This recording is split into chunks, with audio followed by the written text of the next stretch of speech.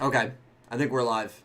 Before we get into it, guys, because we're remote, I just want to do a little bit of a check here. How does the audio sound? Does the audio sound good? You sound great to me. I sound good to you, but Streamlabs sometimes chops it up, so I just want to make sure we're okay before I continue. All right, we're good. All right, perfect. Hello, everyone. It's Dylan from Yu-Gi-Oh! Everything, and welcome to another episode of Talking Yu-Gi-Oh! 7's Up, episode 36, Twins Drawing Dead. I am joined, as always, by my friends Nick T and Pete. Unfortunately, we are not able to do this in our usual setting, and the reason we are not able to tell them why. Well, is because my brother has I don't know why you said it so aggressively. My brother unfortunately has COVID, so because of that, we are being very careful, obviously, and he's feeling better. Everyone in the house is feeling better. I think by next Wednesday we should be able to be in person again, but of course for a little bit we've got to be careful, and we're gonna have to do this remotely. It's just part of life. You gotta take COVID seriously, and obviously when someone in my house has it, that's pretty serious as it gets. But I'm feeling okay, and we're all doing well. Nick T, Pete, how you guys doing today? Doing great. Doing good, man. Thanks for having me.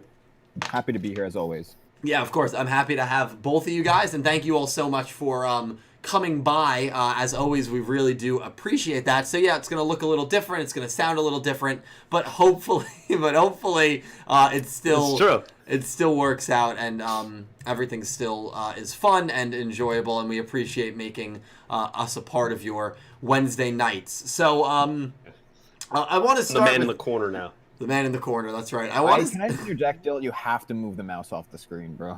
Oh yeah, sorry, dude. Thanks. First it's the wires, now it's my mouse. He's just telling me how to live my life. I don't like it. Hey, how about you move off the screen? Yeah, you know get what? off the screen. screen. Hold on. No, I'm putting the mouse right on Nick T's face. Hold on. It was already on my face. It was already there. All right, so I do want to start with actually some pretty breaking news. I'm going to be doing a video on this probably tomorrow or Friday or over the weekend. Yu-Gi-Oh! 7's is changing time slots. It is changing a full day. It is no longer going to be airing on Saturday mornings in the over in Japan. It's been airing on Friday nights over in the United States, Friday afternoons if you live on the West Coast, like Friday at midnight if you live in Europe. That is changing. Yu-Gi-Oh! 7's will now be airing on Sunday mornings over in Japan as opposed to Saturday mornings. Wow. So it moves a full 24 hours in advance. Basically, if you have to do the time conversion for your area, you're just going to move forward a day. That's all you have to do. So it normally airs Fridays at 5:30 our time. That means it's going to be airing Saturday nights 5:30 our time. So it does move from Saturday morning again to Sunday morning in Japan starting April 4th. And I believe at the end of March, there is a little bit of a gap between weeks. I think we have an off week. And so if I wanted to do a quick calculation here, coming up is episode 37, 38, 39, 40. Let me look here. Hold on, I lost count already. Episode 37, 38, 39, 40, that's the 12th. 41, okay, yeah, so after episode 41, I believe there is a week off. And again, Saturday night will be the new night if you live in the United States, where 7's will be airing. So does that mean that the arc is potentially ending after episode 41? Maybe. I wouldn't look too much into it, especially because if you're following the 13 episode rule, personally, and we're going to talk about this a little later on, I do not feel like there is enough time to wrap up this arc in the next 3 episodes. There's just no way, right? There isn't. Like, based on how this episode went, especially because this episode did absolutely nothing for the plot, and next week's episode, Rook is dueling the bird, which is also going to be a weird episode. There is no way that after 37 they can wrap it up in 2 episodes. There's just no way. To me, there's way too much going on. So I think that this is definitely going to go longer than the 13 episodes we've seen for the first 2 arcs. But we're going to talk about that a little later on. I do want to get into our thoughts on this particular episode. I uploaded my review earlier. If you watched my review, if you didn't, I'll do a quick recap. For me, the comedy landed. I thought it was a very funny episode. If I'm talking about it from a plot perspective, it did not move the plot forward at all. I kind of compared it in the review to the Schrodinger episode. The only difference for me is I found the characters to be a little more appealing than Schrodinger, who is a completely just waste of time. And I found the comedic moments to actually make me laugh in the Schrodinger duel. It was just weird for me. But Nick T. Pete, I'm actually really curious to know your thoughts on this episode. It was a very, very comedic, we all know Ranze. Like, we all know Ranze in real life. Pete actually, before we started, said, "Yeah, I know someone at work who's exactly like her." Yeah, and I think everybody that's what made it so funny for me, because there's like 2 or 3 people that I can immediately compare her to, and I'm like, all right, you're with a different dude every week, like, let's calm down. Or you're with a different girl every week. Let's calm down here. Let's slow things down. Nick T, your thoughts on 36? So I think very similarly to you, like the comedy for me definitely landed, right? Like all the jokes, like the jokes about, Ron's falling for literally everybody, having like 79 books, journals of people that have fallen in love with her and she's fallen in love with, even though it's all delusions. Rinnosuke like yelling at her, Gakuto admitting that this is not at all related to Sugetsu style and he has no idea what's going on. Like there was just so many like jokes that like hit for me, but it wasn't enough. I mean, nothing else, like nothing happens. Yeah. Like, yeah, literally, like the only thing that comes out of this is like Rinnosuke and Ranze's like maybe relationship bond is like strengthened, right? But other than that, what does any other character in like, even from not even from a plot perspective, obviously nothing happens in the plot, but from a character perspective, nobody really benefits from it. So I would argue with that. I thought this was a pretty good episode for Rinnosuke, who up until this point was very irrelevant. He kind of, his stock went up a little bit, I felt, in this episode. Yeah, but that was probably it. Yeah, his stock went up, and then his relationship with Ranze went up. But that's it.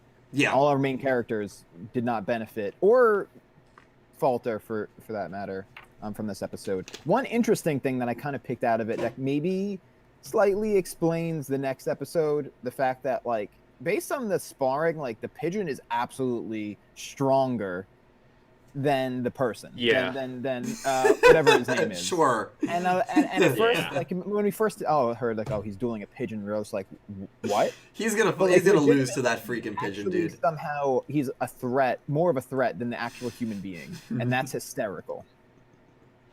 Also, as a final note, I'm glad we had predicted based on the one still that he was the one that threw Galleon down the stairs, and thankfully that wasn't true. Yeah, although it was funnier to think that. Unfortunately, it was funnier to think that Schwer threw Galleon down the stairs. It was funnier to think that. It probably was funnier to think that, but maybe a little unrealistic. Pete, I'm actually really curious your thoughts. This seems like an episode that you just would probably suffer watching. So, but honestly, what were your thoughts? You're pretty accurate. I thought the episode was pretty trash. I'll just be honest. I thought some of the comedy did land. The Rinnosuke parts in particular of just him calling out his sister, like when he's thinking in their like twin conversations of being like, she's an idiot, and like I need to save her from being an idiot because these men aren't in love with her. And then the little moments with like Rook, when like he's supposed to be in the style and so he's supposed to just be quiet. That's why he has kind of the cloth over his face, and then he's trying to be part of the duel. And then Rinnosuke would be like I'm dueling. Like those little moments were good. Otherwise, from advancing the plot to, I guess, yeah, it helps Rinnosuke's character a little bit, but I didn't feel like enough that this was needed. This feels like we were really ramping things up and then we just stopped and drove off a cliff. I feel like this was a complete and utter waste of time. The whole, whatever they're doing, I like Galleon, but I don't even know what to make of this character week to week. Like was he just tired from digging with a pickaxe and so he just passed out and he thought that Ranze was Asana and like I don't even know. The pigeon is more powerful than Schwer or whatever his name is, and I think it was just a ridiculous episode. Yeah, I think we need Asana back because I think she also had that weird scene too, yeah, where she like there's the mark on her machine, and she just like puts like basically duct tape over it. It's like, oh, you'll be fine soon. I'm like, that doesn't solve anything. No. Yeah. Well, I think she'll replace it. She said she'll replace it. She does say she was going to replace it. But yeah, But how can you? I thought the relationship you have with your machine, like you wouldn't just go and replace it when you just fix it. I thought she meant the part. I was under the impression she just meant the part, but yeah. Well, it seemed like the entire like side of the machine was like dented in and had a hole in it. So. This is one of those episodes that really does rely so much on comedy. This particular episode, where there's almost no other, in my opinion, and I thought the episode was okay. I think I probably liked it more than you guys did. But this is an episode that I can absolutely agree relies so much on comedy to the point where there's almost no other redeeming qualities. And if the comedy does not land for an individual, this is probably one of the worst episodes in the entire show for you. Because there's nothing else that happens. Like the Schrodinger, and I like this more than the Schrodinger duel. The Schrodinger duel, at least from a redeeming quality standpoint, had the references to Odd Eyes, the references to Red Eyes, and the references to Blue Eyes with the cat monsters, which were really cool. But outside of that, again, the episode just didn't provide anything for most of us, which is why we circle back to that episode as a punching bag a lot. But yeah, it was a weird episode, and I think if there's anything to take from it, it probably is that the Dove is on a level playing field, if not a better playing field than Schwer, which I don't know how to feel about that, and I really. I am worried that Rook is gonna lose. Obviously, we have a big duel to pick, which is gonna be Rook versus Dove. I do want to say though, before we get into that, I do want to say that the pick'em for last week is not going to count. I don't believe anyone picked draw. I skimmed the results quickly, and the reason for that is because we didn't know exactly who's dueling. I should have been more responsible, to be honest, and I was on the fence of saying we're not going to even pick. A lot of us assumed it was going to be Ranze versus Yugioh. It was not. Going forward, if we do not know exactly who is dueling, 100% definitive, we are not going to be making picks. So it's going to be a scratch for last week. So if you picked, Team Yugioh or Ranze or whoever, it's just not going to count. I don't think anyone picked draw, no result. So the pick'em for last week, don't even worry about it. It's a bye week for everyone. It's a push. But this week, you're going to have to pick Rook versus Dove. And so that'll be I don't know, man. That's going to be a tricky one, but we'll discuss that more. I said that the episode discussion itself this week is probably going to be pretty short because, there really isn't that much. What happens? You can talk about maybe the comedy of it, if there were any moments in particular that landed, like Nick T said with the whole Gakuto thing. I think, Pete, I loved Rinnosuke monologuing and calling his sister an idiot and an embarrassment. That was that was the only good part. I do have to say though. Even he falls for it at the end. With He's Roman, in love with Roman. I'm like, what? No, do not make this a gag. Mm-hmm. Yeah, I thought that was pretty funny at the end. But I do have to say, even on top of the humor, there was a sort of tender side of that whole thing. The fact that even though he was dueling his sister and calling her an idiot and whatever, it was clear that this duel was to prevent her from embarrassing herself, right? He didn't want the truth to come out, that she was fawning over these two guys, right? It's he's trying to hide that from our other characters in order to preserve their image and her image. And I don't know, there was something sweet about it, a brother's defense of his sister. Yeah, no, that's fair.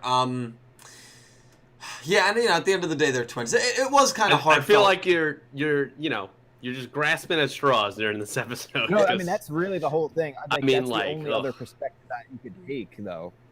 That's it, comedy, and then the heartfelt moments between the two of them, or the implied heartfelt moments. But otherwise, it's just comedy. It's unfortunate because I don't know. I feel like we were really building up to something really cool. Yeah. And this and possibly next week just seems like a complete dud in terms of building up momentum for where we were going, and I don't know, it's just kind of disappointing for me. I will say to withhold judgment on next week, yes, right now, only because we felt that way when the massage chair duel was going to happen, when Yugioh was dueling Sebastian, and that turned out to be actually a pretty good duel. And I think that episode surpassed our expectations. Yeah. It would not shock me. But how can the dove can't speak? Right? It's a bird. So that's what I'm saying. He can't speak. Right. So how much can he add? What are we talking about on this show? I mean, like, Dill, to play devil's advocate on your point, we also had Sebastian duel. Finger Chicago. Yeah, Chicago. Yeah. Yeah. And that was pretty lackluster. Yeah, I'd say 2 of the last 3. I loved the Tiger episode 4 Tiger. Great episode. But other than that, it's been in a little bit of a lull. That was a good episode. Yeah, and I'm hoping that. Yeah. The scenes leaving that part, right? Like, even that parts that weren't focused on Tiger when we're excavating the cave, I'm like, okay, we're getting somewhere. But then it just seems weird to me, right? Because they just almost intentionally derailed the momentum, because our characters believe, like, oh, like, this is where the duel disc is supposed to go, and then actually it was like, oh no, you were wrong. It's this Coliseum where this dud of a duel is going to go down. Like, what was the point of them being wrong about it? Why not lead them to the duel discs? Well, remember, I believe it was Schwer who said that this was a checkpoint, that this was not the place. True. Yeah, he said, so, like, this is kind of them trying to make their last stand against Team Yuga before they can get to where they need to get to.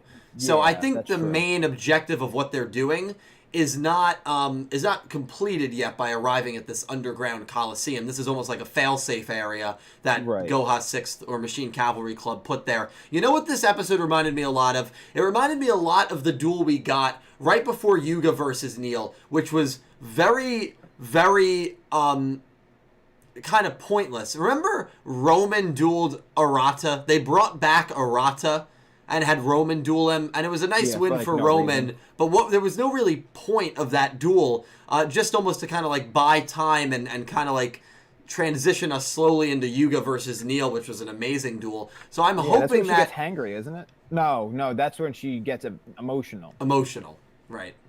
Yes. Yeah.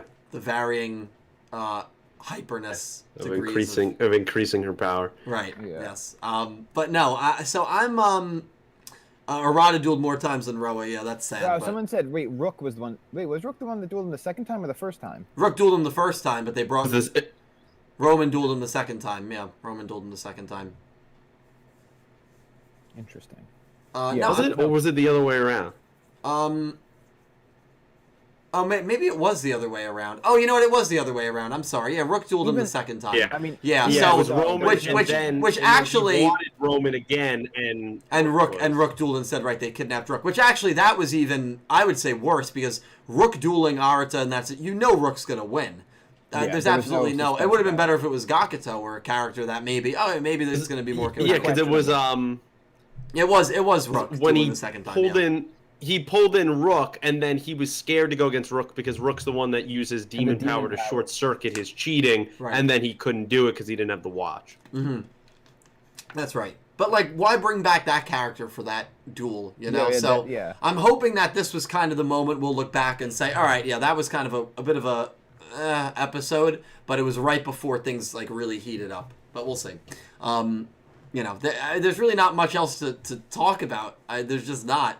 Well, here's the thing. So, what do you guys think about this arc ending at episode 39? Is it possible? We didn't think that it was possible when we were analyzing the last arc. I want you to remember that, because we were like, oh, there's no way they can get to 5 strikes, and then boom, Roman, Gakuto, Rook, duel Otis, 3 strikes, 1 episode, and then all of a sudden, oh wow, they're gonna do it. So, is there any way that you can see this ending in the next 3 episodes, knowing Rook versus Dove is next?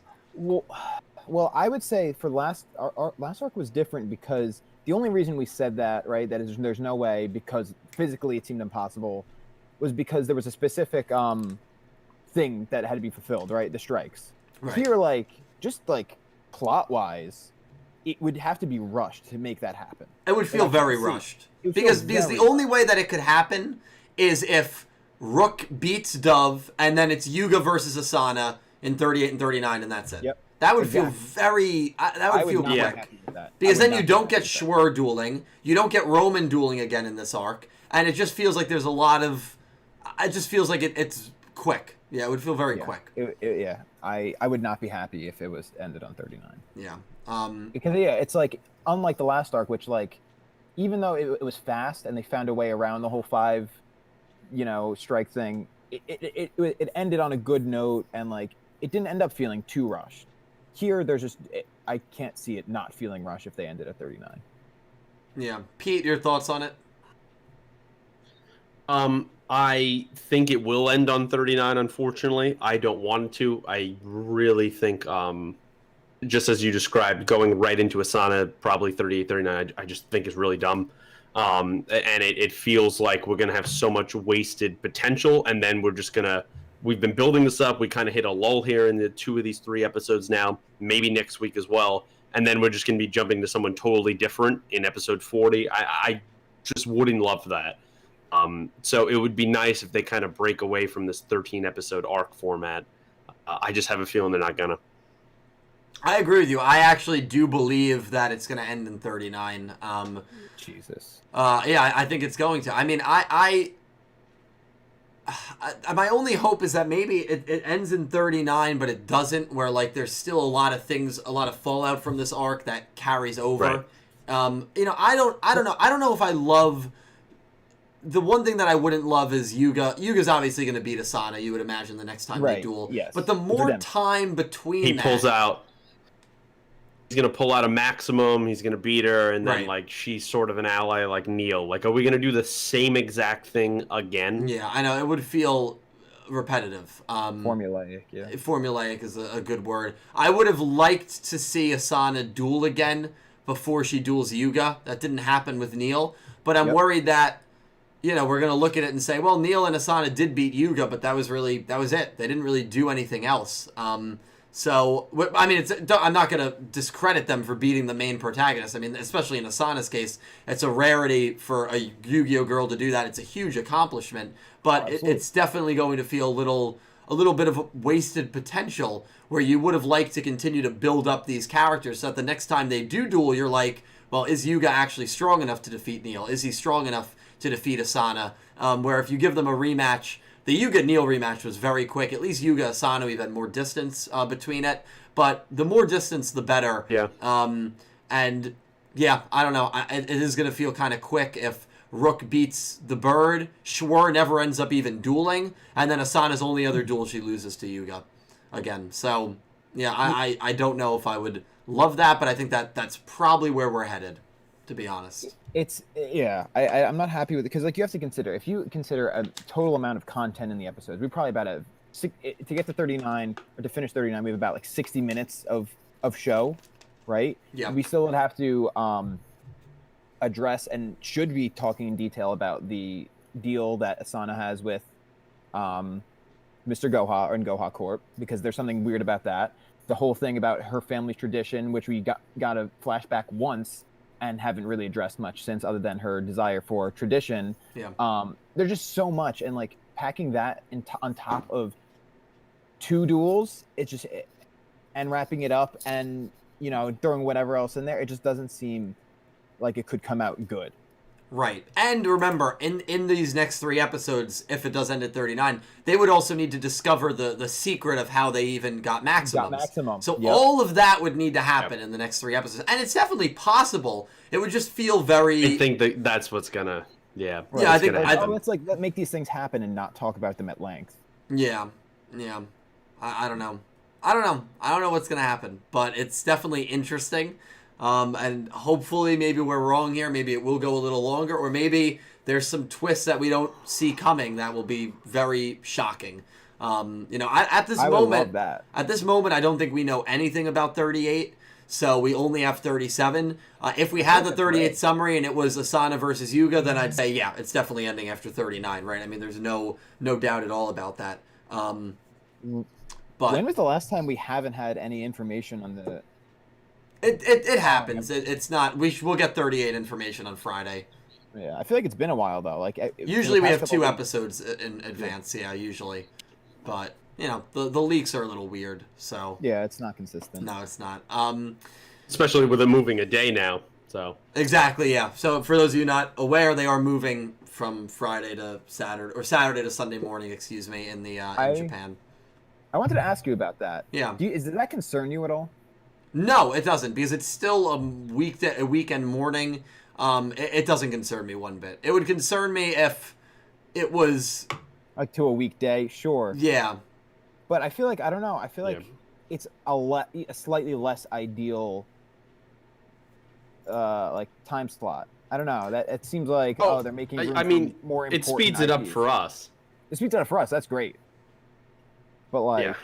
I think for like, I'm saying more in this perspective that it like puts pressure on like Entame subs like doing it so then we can get it so then Dylan could get us the episode. Like everything is way more condensed. yeah. Yeah, but she's very good. Actually, she just joined the stream, which is hilarious. She's very good with timing. Hey, Shiose. So I mean, if it affects her schedule, understandably so, but we'll see. Oh, and please help Shiose announce that episode 37 will... Yes, so episode 37, the subs are going to be delayed because it is actually... Oh, it's Entame's birthday. It's Shiose's manager's birthday, and we will all be busy. Yeah, take the weekend off. Celebrate your birthday. I can speak for the entire community, the entire, sane community, when I say there is no rush on subbing the episode. Enjoy your birthday. Yeah. Take as much time as you need. Even if you wanted to skip a week. We literally... Party. Yeah. We literally don't exist without it. Yeah, so no, take as much time as you need. So yes, there will be a little bit of a delay in the subs. Usually they're out about 24 hours after the episode airs in Japan, give or take, 5 or 6 hours. It will be delayed a couple of days, which is completely fine. So take your time with that and enjoy your birthday. Happy early birthday. Yeah. Yeah, that's really cool. But I mean, as for this episode, there's really not much else to discuss, right? Like, do you guys have anything else you want to bring up? I really don't. I mean, for the plot, it was just one of those episodes, man. Did it remind you of Calibro at all, the episode? No. Okay. How? I No, just the numbers. I want to know your logic on that. The number 73 didn't remind you of him at all. Oh my god. Yeah, you know what? Yeah, I'll give that one to you. Thank How you. about that? That was pretty good because I think that's right around where he is.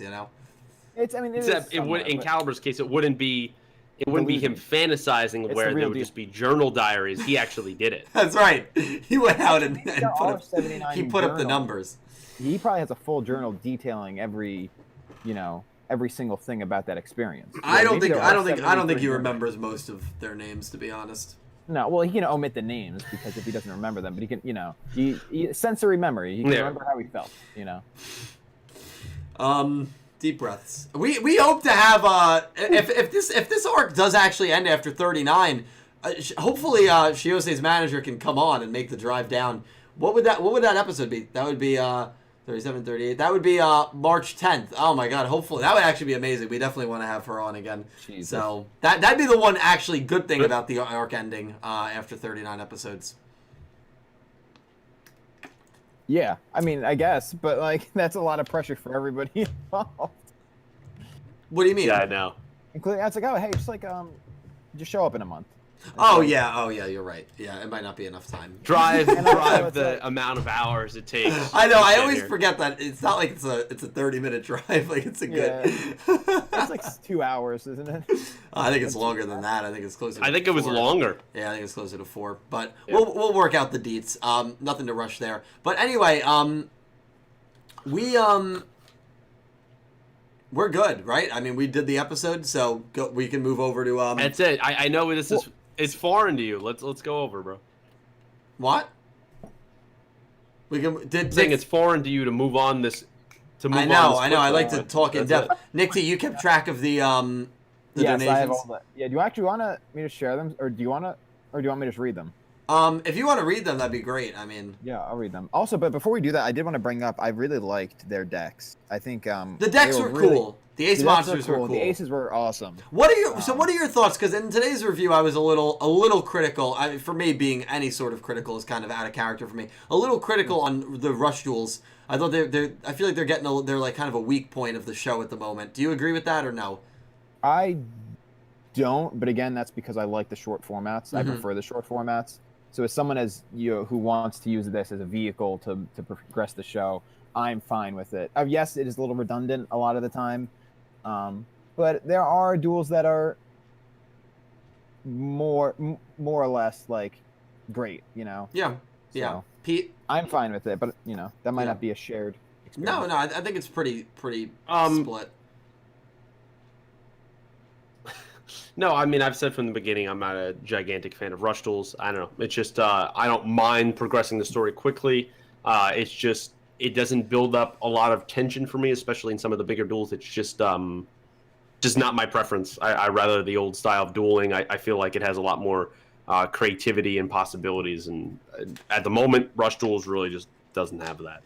Yeah, for me, I with the rush duels, I love the chance and I love the ace monsters, but outside of that, it doesn't really do much for me. So it's getting a little redundant. But you know, we're gonna have a maximum duel again soon, and the ace monsters are usually pretty beautiful. And you know, it's still early, and they are trying to introduce a brand new game to the entire world. So they do get a big break for It's not like this is the third show where Yu-Gi-Oh! Rush Duels are featured. Otherwise, I'd be much more harsh on it. So, like, I can give them a break there. But it's just something that I noted where I feel like if maximums are not involved, it is getting kind of repetitive.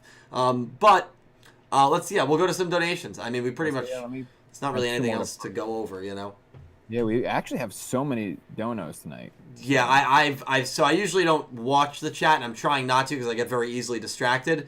I've seen the amount of colored bubbles and colored rectangles, so thank you guys so much. I mean, that is incredible. I'm very surprised. I know you'd rather us be together. I know it looks better visually. I hate doing it remotely, but thank you guys so much for the support. I mean, this is absolutely insane. We did it.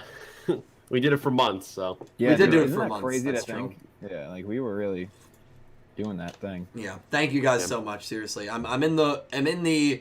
Again, my goal is to buy like 2 more like cameras like this, like 2 more like. Gets their own cam. What'd you say? That everyone gets their own cam. So everyone has their own cam, and then I would have someone or myself, and as people speak, like in like as like you watch like a TV show, you have like different angles as people speak. I think that would be so cool. So that's kind of like the next upgrade that I'm considering. But yeah, Nick T, you're good. So thank you guys so much. Thank you. Got it. Hold on. Got it. All right. So for starters, we have £5 from Nicholas Horton. Thank you, Nick. It was a very comedic episode, and I just hope the bird doesn't win in the next episode. I mean, Nick. I mean, I completely agree. I don't think that he could have said anything more true, to be honest. Yeah. Nicholas, completely agree with you, dude. Let's keep our fingers crossed. Jeez. Oh God, I just have a bad feeling. I said, I believe it was last episode. If that pigeon wins, I think I might stop watching the show. Now, would you actually stop watching the show? It would have to be under like amazing circumstances to give me a reason why this pigeon won.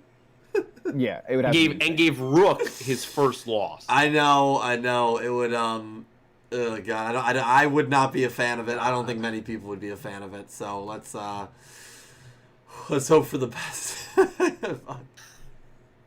It's just the kind of show that worries me when it comes to these kind of things. Like, could the pigeon win? I think it's possible. Maybe. I really do.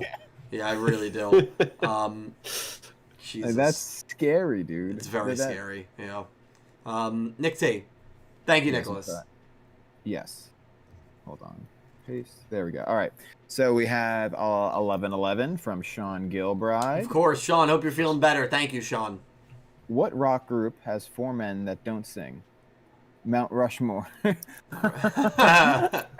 right, I'll see my way out with the dad jokes. No, honestly, that was good. That was good. That would have fit into the last episode, Sean. Dude, I wouldn't be surprised if they made that joke somewhere along. It wouldn't shock me at all. Sean, thank you for the 1111. I hope you're doing better, man. I know you were in the ER not that long ago, so I've been thinking a lot about you. Hopefully you're doing well, man. Our entire team wishes you the best.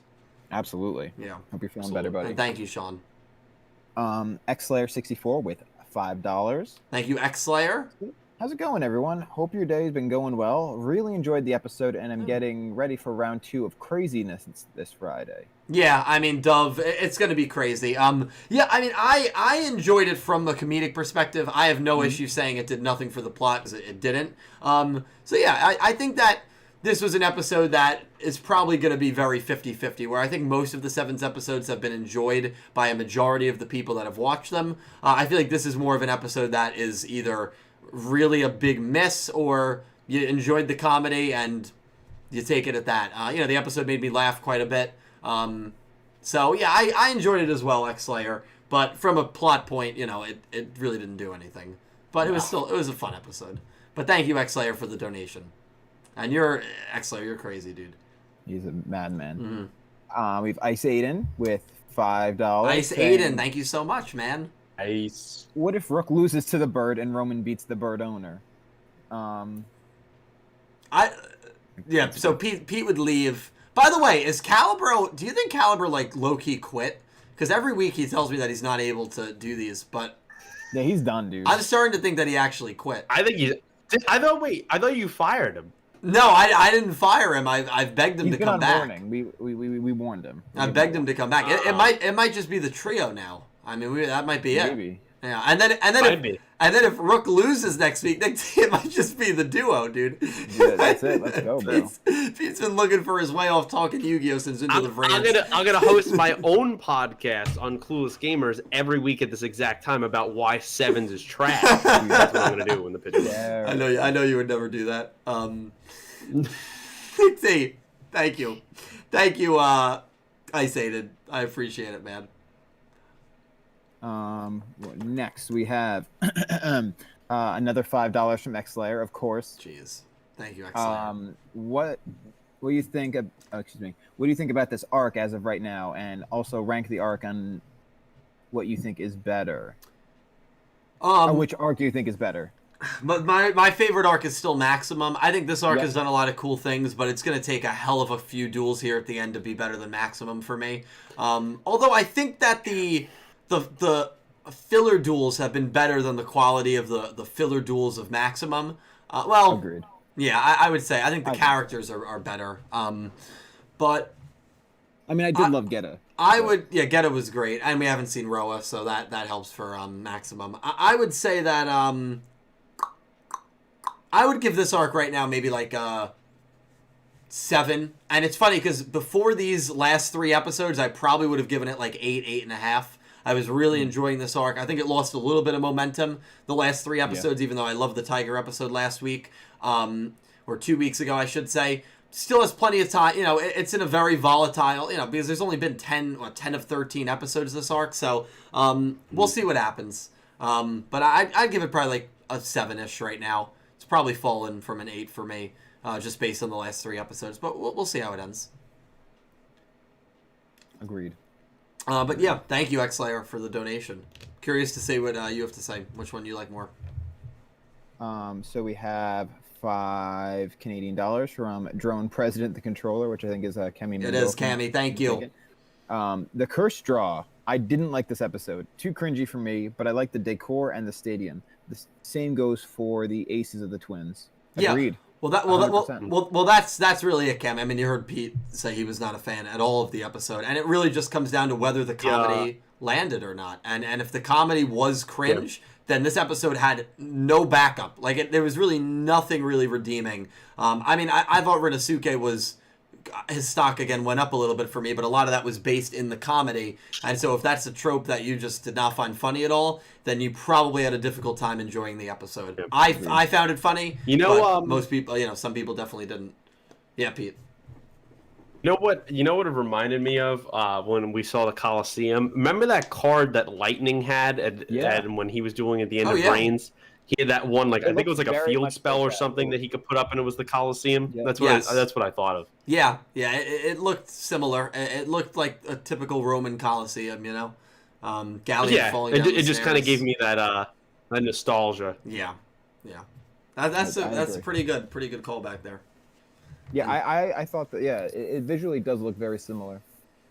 Armato's Coliseum. Yep, that was it. Yep.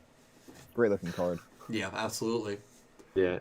If who was that? Was that Shadowrun? If the pigeon somehow uses Exodia and wins, then I'll stay.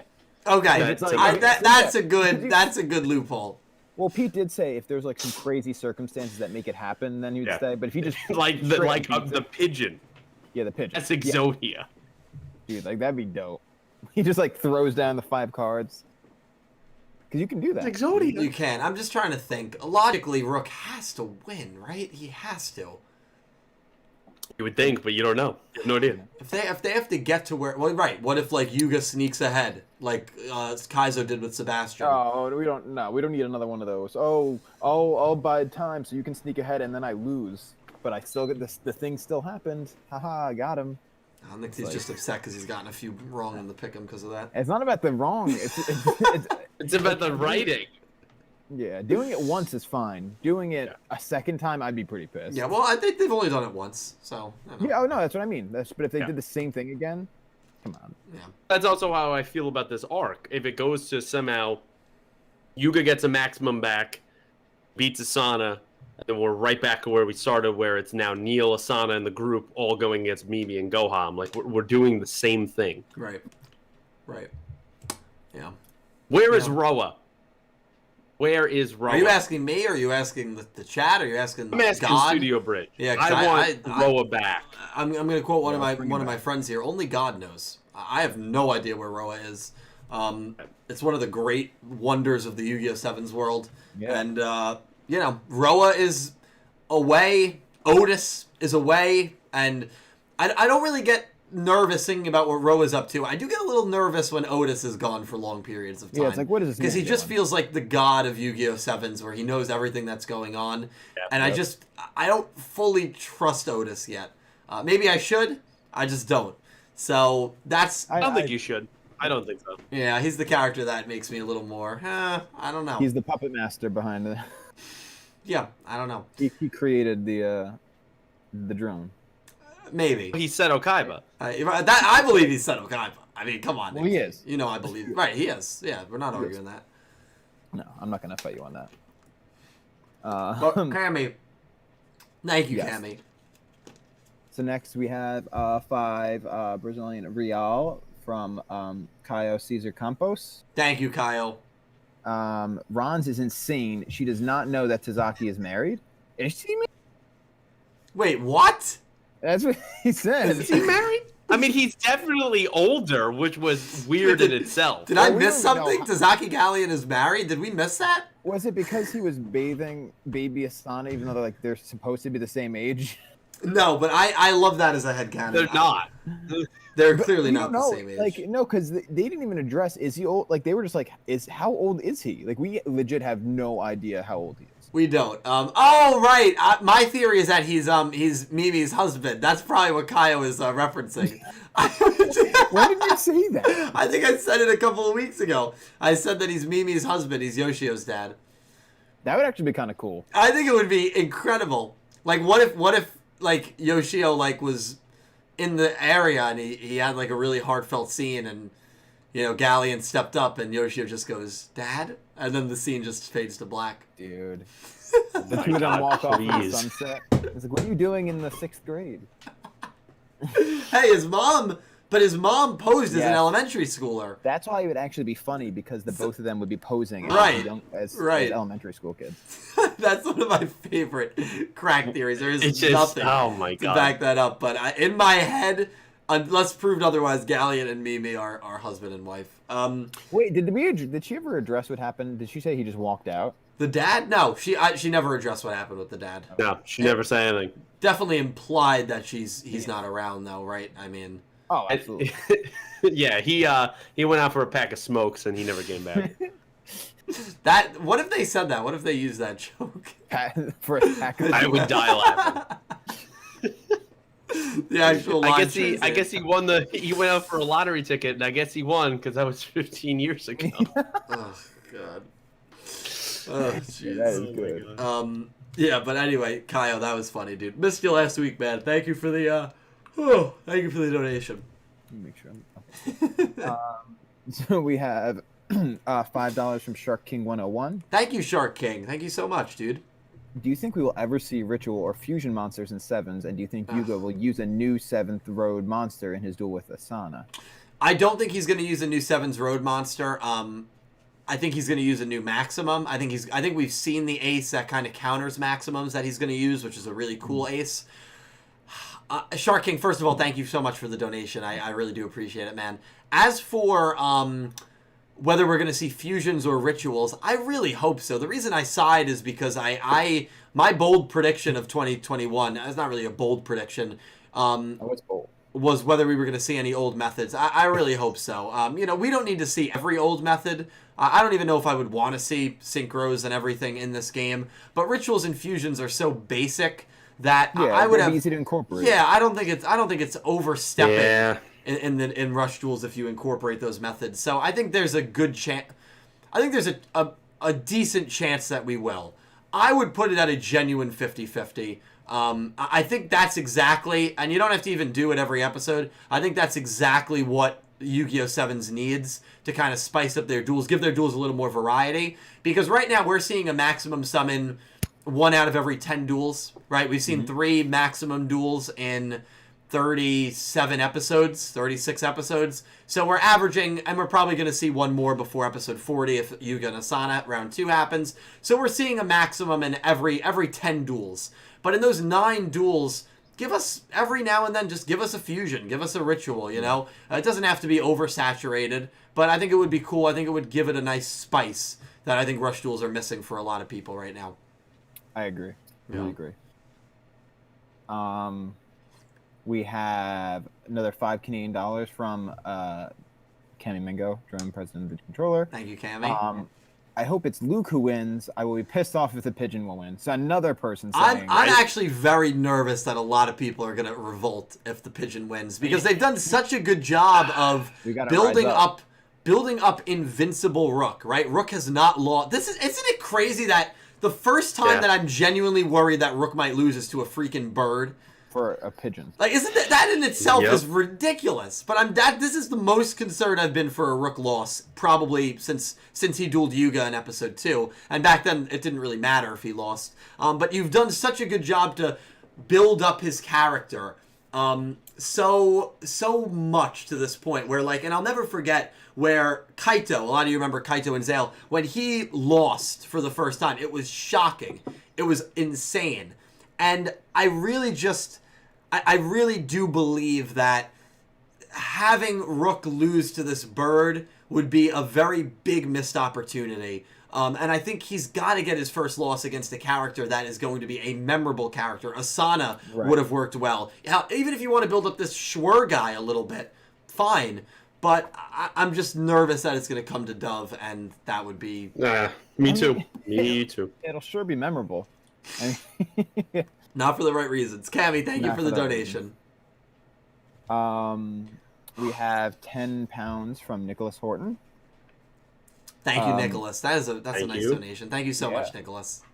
If this arc does end in 3 episodes, it'll be very rushed plot for this arc. I hope it is much longer, and I want more backstory on Asana, her grandfather, and their connection to Goha Corp. I think he actually donated this before I said that almost exact thing. He probably did. So the crazy thing is we don't... Especially, I don't look at any of these donations, and Nick T just, copy and paste them to a Word document. He doesn't read them until we get to them. Nicholas Horton is one of those guys that always donates almost exactly what we say in our opening intro thoughts. Because he's absolutely right. I fully agree. I think it is going to feel a little rushed. And so I am nervous that it is going to wrap up in 3 episodes. We're not going to get as much backstory as we would have liked. But we'll see. We'll see. But Nicholas, great words, man. We fully agree with you, dude. Yeah. And I hope you're having a good day over the pond, as they say. So enjoy the rest of your week. As Dylan says. My guy's a prophet, seriously. He always says it before we even say it. Yeah. $20 from Adola Burst. Maddie, that is a huge donation. Maddie, thank you so much, dude. Thank you so much, Maddie. Guys, it's too nice. Too nice. Seriously. Glad your bro is doing better. Hope you, Pete, and Nick T are doing well tonight. Thank you, Maddie. So I'm feeling 100%. Thank you, man. Hope you are too. Yeah, I think Pete and Nick T are feeling good. We love you, dude. You are great. You have done so much for me, man. And I hope you're having a good night. I hope you're not getting killed at work. I know work's been kind of brutal for you recently. And $20 donation. That is a very, very generous donation. Thank you so much, my dude. And yes. Hey, Dill, is Maddie in the area, like northeast area? Yes, he is. He is in North Pennsylvania. So be careful with the snow, man, these next 2 days. So and anyone in like the Texas area right now or any southern states, I don't even think a lot of people are going to be able to watch us in those areas because now they don't have power. Yeah. So you know, which is actually funny because I was just thinking about it. Usually we're around like 130, 140 viewers. Literally the reason that we could be down like 20 viewers, one, the episode, it could have been the quality of the episode, but two, it could be that so many people, because there's a lot of people we know from Texas and from those southern states that that just might not be able to watch. So anyone that's down there right now, or has family down there, please, you know, please stay safe, stay warm, and you know, we'll keep you guys in our thoughts. So, but yeah, Maddie, thank you so much for the donation. Thank you, Maddie. I'm sorry, I just one more. Cal didn't actually quit. Said I'm from Texas. Cal did not I have power. Cal's just very busy, very busy, and good. I'm happy to hear that. But no water. Yeah, just that's right. Oh yeah, because the water tables are like so frozen. Low. Yeah, just try to ride it out. Yep. Scary stuff. Yeah, very scary. Be safe, everybody.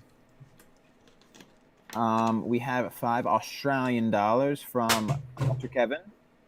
Do you think the OP will change in any way? If it doesn't change after this arc, I don't think it'll change at all. Song-wise, I think it'll be the same. That is a great question. I think it's going to go for a year before they change it, to be honest, Kevin. I think that we're going to go 52 episodes, which is going to complete 4 arcs, and then they're going to change it. That's my prediction. That'll be the first season. Second season will take us to episode 104. And then if the rumor of Sevens ending in early 2022 is true, then that'll be kind of our last year. We don't know if that's true or not. That's just what one site says. But, you know, we'll see. I think it's going to be about 52 episodes. Yeah. And I don't think the visuals are going to change that much, to be honest.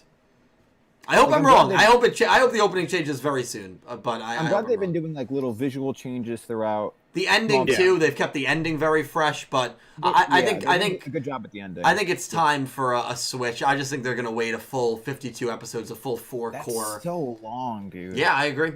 Yeah, it's a while.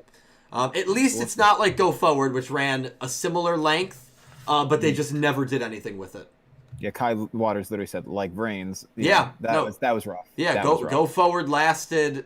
Yeah, it was about 56 episodes, I think. And they did not update the visuals, I think, a single time. So, like, lightning was never in the... Like, it's just crazy. And then by the time we got Calling, it was episode 102. So, like... You know. Jesus Christ. Yeah. Because if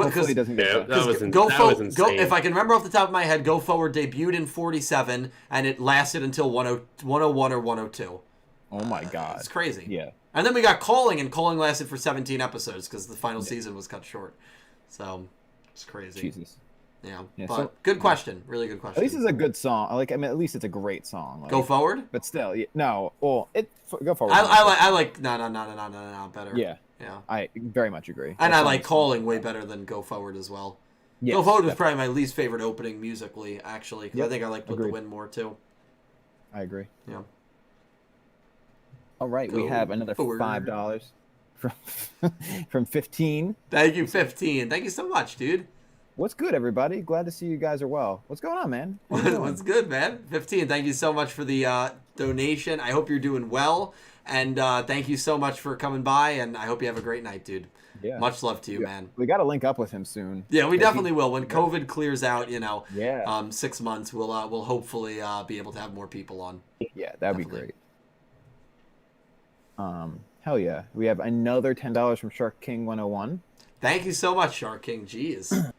Do you think a time skip could be in the future for Sevens if Goha drone wins, especially if my quote Yuga is the next head of Goha theory is possibly correct? It could be interesting to see how that plays out. So I agree. Wow, that is a bold theory, but it's so cool. It's a bold theory. Well, we love bold theories on this channel. The only reason my channel is has as many followers as it does is because of bold theories. Timeline theory. Exactly. If I didn't have bold theories, my channel max 2,000 subs max. All right, come on. I mean, honestly, that's probably pushing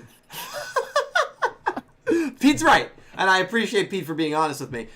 Pete's good at being honest. Yeah, he's a little too honest.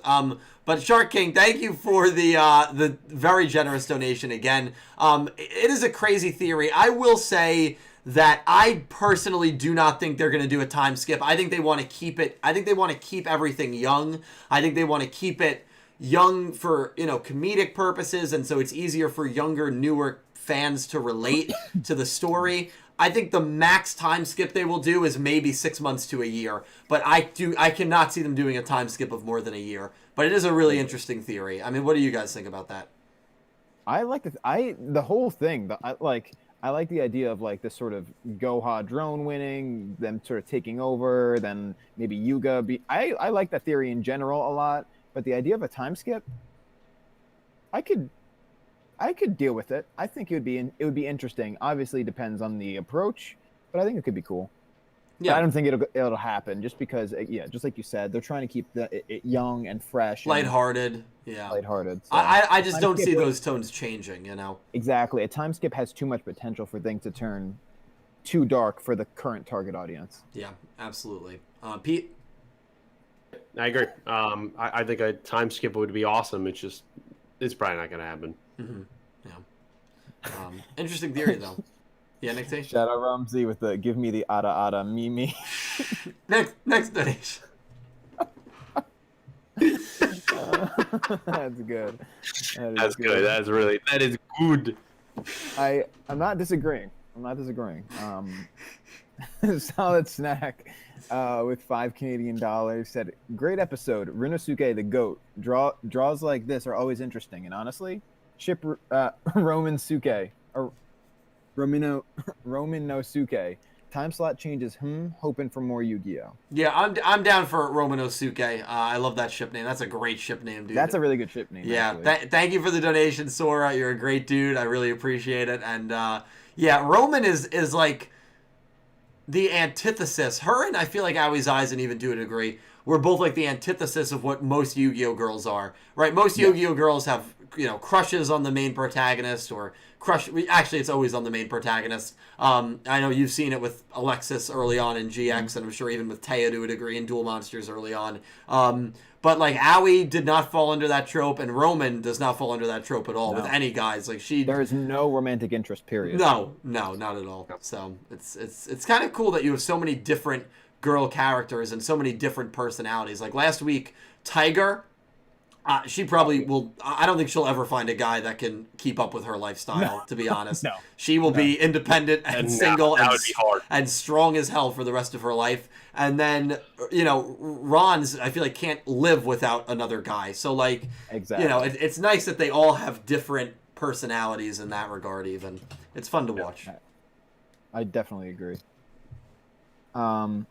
We have another 5 Brazilian Real from Kyle. Thank you so much, Kyle. Jeez, thank you, dude. Yeah, dude. He's got a few actually tonight. Yeah, we'll get there. But I missed this last stream, but I'm here to say someone needs to buy meds for Hunt. That guy blows a wall with his nose. Tiger would be so proud. Oh, that's actually a valid that last part. Yeah, because he's got, you know, breathing for days. If he can do that, Tiger would be proud. Yeah, he would be.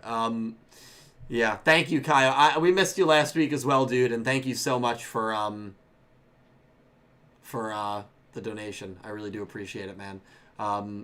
Yeah, that's kind of funny. I'm sure. Well, maybe we'll have to ship them together then. Yeah, what if that's her guy? He's a little boy. Wait, who? Oh, Hunter. Like, yeah. Well, no, I'm. But how old is he and how old is she? They're probably like 3 years apart. 12? Yeah, they're probably like 3 years apart. Yeah, it's probably not a big deal. She looks just way old. Like design-wise, it looks way older than him. Design-wise, her and Asana look like they could pass for 16 easily. Yes, easily. But even that, and then like they're not. Hunt looks so much younger than the rest of the cast. Yeah. But we could say that same thing about Mimi-san as well.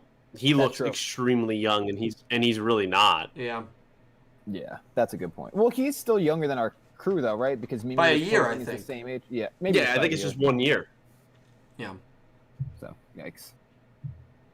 But he's gonna have a growth spurt, you know. Yeah, maybe you know what? Maybe he will. He's just gonna be jacked. He'll be like Cal, bro. I'm fine for that. It'll be like what his dueling kind of images. Yeah, exactly. He'll hit his growth spurt. Don't worry. Kyle, thank you, man. Oh, we have another 5 from X-Slayer. This guy's a madman. Yeah, he is. Thank you, X-Slayer. betting that Yugioh will acquire his new ace looking like Gundam Monster before his rematch against Asana. Yeah, you're gonna love his new ace. His new ace looks sick as hell. Do we know what it looks like? Yeah, we do. I'll send it to you after the stream, but it looks really cool. Yeah, X-Slayer, he's definitely going to get it before Asana. Hopefully they go over how he gets it, but because it's Yu-Gi-Oh, they probably won't. But it'll be interesting. He's definitely going to use that monster, though. I know the one you're talking about. Looks really cool. And X-Slayer, thank you for another donation, dude. I seriously appreciate it so much. Thank you, man. Yeah, it's going to be cool when he uses it. Yeah, that's going to be sick. We have £2 from Alan Wilkinson. Thank you, Alan. Yuga should get Dimension Prison to oppose Maximum. Yeah, Dimension Prison would be a very... Well, actually, no. Hold on. Can Dimension Prison... Oh, you can ban one of the parts, right? No, wait. Let me look at Dimension Prison. I don't know if Dimension Prison would work against Maximum. When an opponent's monster declares an attack, target that monster, banish that target. I'm pretty sure Maximum effects prevent trap cards from working on them. I'm pretty sure. So I don't think Dimension Prison would actually work. But I'm not positive about that. I know Neil's had trap negation. So yeah, I don't know if Dimension Prison would work against Maximums. I think Maximums are immune to traps, which is what makes them kind of a pain in the ass. Okay. Well, Shiose and Sal, thank you guys. Sal can't be destroyed by traps. Banishing them should be fine. Alan, you're smarter than me. That's why I should never go up against anyone. The language is specific. Language is very specific, right? Can't be destroyed by traps, but you can banish them. Yeah. So I like that. Honestly, dude, we should stop being on this podcast. We should let the people you know host. what? I'm done. I'm quitting. All right. Well, they know way more. Hold on. Yeah, right. They do. But when it comes to the technicalities of the Yu-Gi-Oh card game, they absolutely do. I will never. I never act like I'm a know-it-all when it comes to that because I'm not. On camera. Oh yeah. Off camera, I'm a huge dick about it. I'm a huge Yu-Gi-Oh TCG elitist off camera because that makes sense. Yeah, to all my friends who don't play the Yu-Gi-Oh TCG, I'm a huge elitist. Exactly. Yeah. That's why. Exactly, because then you feel superior to us because we're such a low bar. Right. That makes me feel superior that I know the TCG so well. Exactly. Yeah. Alan picks up a card. He picks up a card and he hands it to me. Every Friday I see him, he goes, "Can you read that by memorization? Do you know that? Because I know exactly what's on that card." Does so. Alan, thank you for the donation. Next donation. Next, we have another $2 from Drone President. Thank you, Cammy. Dill, you forgot to give your thanks from the start. I did. I apologize. I was in such a scramble to get ready that I was not able to comprise the list. So this is actually the first Sevens Up stream, or first Talking Yu-Gi-Oh stream that I've done where I did not start by thanking all the donations from last week. I actually feel like a complete asshole about it. I'm sorry. I don't really have anything else to say about it. Wow. But I just rushed it. Wow. Get him out of here. Come up with Get an him out. apology video. No, you know what it... a Logan Paul apology video. You know what it is? It's every time I'm in the basement, when we do this in the basement, I have those notepads and reminders, and so I do it. Right. But now that I'm up here in a different area, I've never done a Talking Yu-Gi-Oh up in this studio area. Right. So I didn't have any reminders, and by the time I realized it, I was already in the intro. So I'm sorry about that. It could be like that one sketch where it's like, and you could tell he's actually seriously sorry because he's reading that strongly worded note that was written by his publicist. Explanation. They're never really sorry, are they? No. These are how the fake apology videos always start. I'm sorry. It always starts with that sigh. Yeah, the sigh. It's like. Oh no! Wait! Hold on. What's the thumbnail? The thumbnail is the eyes are a little puffy, and it's just the guy. Why I'm sorry. Yeah. I feel like it starts with a sigh, and then it's like, I never really thought I'd have to do a video like this, and it's like. I never envisioned having to make a video about this. That'll be me in a year for something. No, I'm kidding. No, I'm getting canceled. Oh man. I wonder what I would even get canceled for. Like, I feel like there's. It would be something ridiculous. Yeah, I feel like there's nothing. Or just like someone exposed a DM of you just saying like, and honestly, I don't really think Yugi Moto is that great of a character or a duelist. That's what it would be. He's kind of trash. That's what it would and be. that's it. Well, actually, there was a group of Arc 5 cultists that did try to cancel me. Because I said I didn't love the ending of the show. So that's true. One of them said I should be buried in the same grave as Shin Yoshida. Hey, I was one of the. Oh, they said that That is publicly good. on Twitter. These people are nuts. That They is said it good. publicly on Twitter. Jesus Christ, man. Give me their address. So, Oh, no, the no. people are right, Dill. What?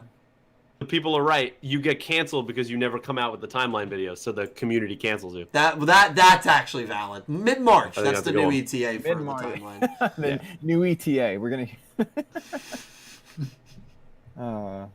You're my friends. You're supposed to believe me and support me. We've been backing you, man. We've been back. How much more can we do for you, man? It's been over 2 years. I'm working on it. I'm actually done with it. I just have to edit it now. Dude, this could be your next viral video, bro. This blows up. I will say, let me say this, Exactly. and this is why I'm probably terrified to release it. If I upload that video and it does half as good as the first one did, which would be about 800,000 views, because the first one is at like 1.6 million right now. Right. If it does half as good, which is very, very unlikely, I believe that I can make the transition to making this my full-time career. Right. I think the amount of people that would bring in and the traffic it would generate, streaming and YouTube, I think I could do it full-time again. So I think that is like for so long I've put way too much pressure on myself, and I think that's what's kind of caused a lot of mental delays and roadblocks with that video in particular. But I'm just gonna get it out, even if it bombs. Who cares? That way the meme will stop. Yeah, 5,000 views. Who cares? It's possible, right? Like, you just never know. You never know, though, like that. And that's a huge 5,000 fear views. that I have. But you shouldn't be scared of stuff like that. No. No. You can't let it hinder you. Dill's next vid titled, I'm sorry. I'm sorry. Jesus The Christ. timeline video is going to bomb. Why the timeline video failed in review like a year from now? What if I make a video What went wrong? and I just turn on the community because the video didn't blow up? So my wait, God. the entire video is blaming the community for why the video flopped.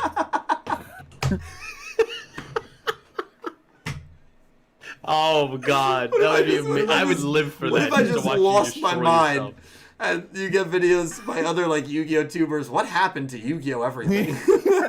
the The historic following collapse years, of Yu-Gi-Oh everything. Where are they now? Where are they now? Yeah. Dude, I'm here for it. Oh my God. Oh man, it's gonna be a fun year. Yes, it is. Oh my God. That was All right. That was scary. All right, well, we have a few more donations, right? Like 10? 10 Jesus more? Christ! Thank you guys so much. This is insane. And then after we get through the donations, we're gonna do Dove versus the other Rook guy. So yeah, next donation. We have $10 from 15 saying we need a made-up Yu-Gi-Oh show, like how they did Dragon Ball Super. The show ended, and then they made Dragon Ball Heroes, just fan episodes, what-if episodes. It would be cool if they did that for Yu-Gi-Oh versus Yusei, or excuse me, Yugi versus Yusei. Yeah, I mean, what if anime for Yu-Gi-Oh would be amazing, where you could have all these hypothetical duels and these hypothetical like storylines cross universe. It would be phenomenal. That was 15, right? Who donated that? Yeah, 15. Yeah, Yep. 15. Thank you for a Love very that idea. kind donation. I love that idea. That's why I'm so excited because they're doing that for like the Marvel universe and via a TV show coming out this year. That's why I'm so excited for that show, because that's one of my favorite things where like you can look at things that are obviously non-canon and just enjoy it. And there doesn't need to be any sort of explanation because that's the whole concept of the show. So I would love for them to do it. They are not going to do it for Yu-Gi-Oh, especially with, I don't know how it even works now with Studio Gallop property and Studio Bridge stuff. I don't even know if they could do something like that. I guess you could get Bridge back on or Gallop back like on. It's probably just contracted work, right? So It very well could be. It probably is contracted. I'm sure if they wanted because to. I'm sure that IP belongs to Konami. You're absolutely right. Yeah, right. Studio Gallop probably doesn't own any of it. Yeah, they So were actually, that's a good contracted with doing it. Yeah, that's a good point. Which is why they're not doing it anymore. The contract was probably up, and they're like, "All right, you're out. These new guys are in." Yeah, you're probably right. Well, I imagine though. I don't know how. No, but it sounds like it's probably right. Yeah, 15. Thank you for the donation. It could be. Yeah, that'd be sick though. It would be. It would be really cool. Well, let me copy this one in before I move on. Copy Moving that. on Copy it right in. over. I was like, well, wait, did I miss a second one? Oh no, we're good. We're Ooh, that was scary for a second. I gotta say, I was scared. All right, let's go. We have £5 from Nicholas Horton again. Soon we'll be coming to the end of the first year of Sevens.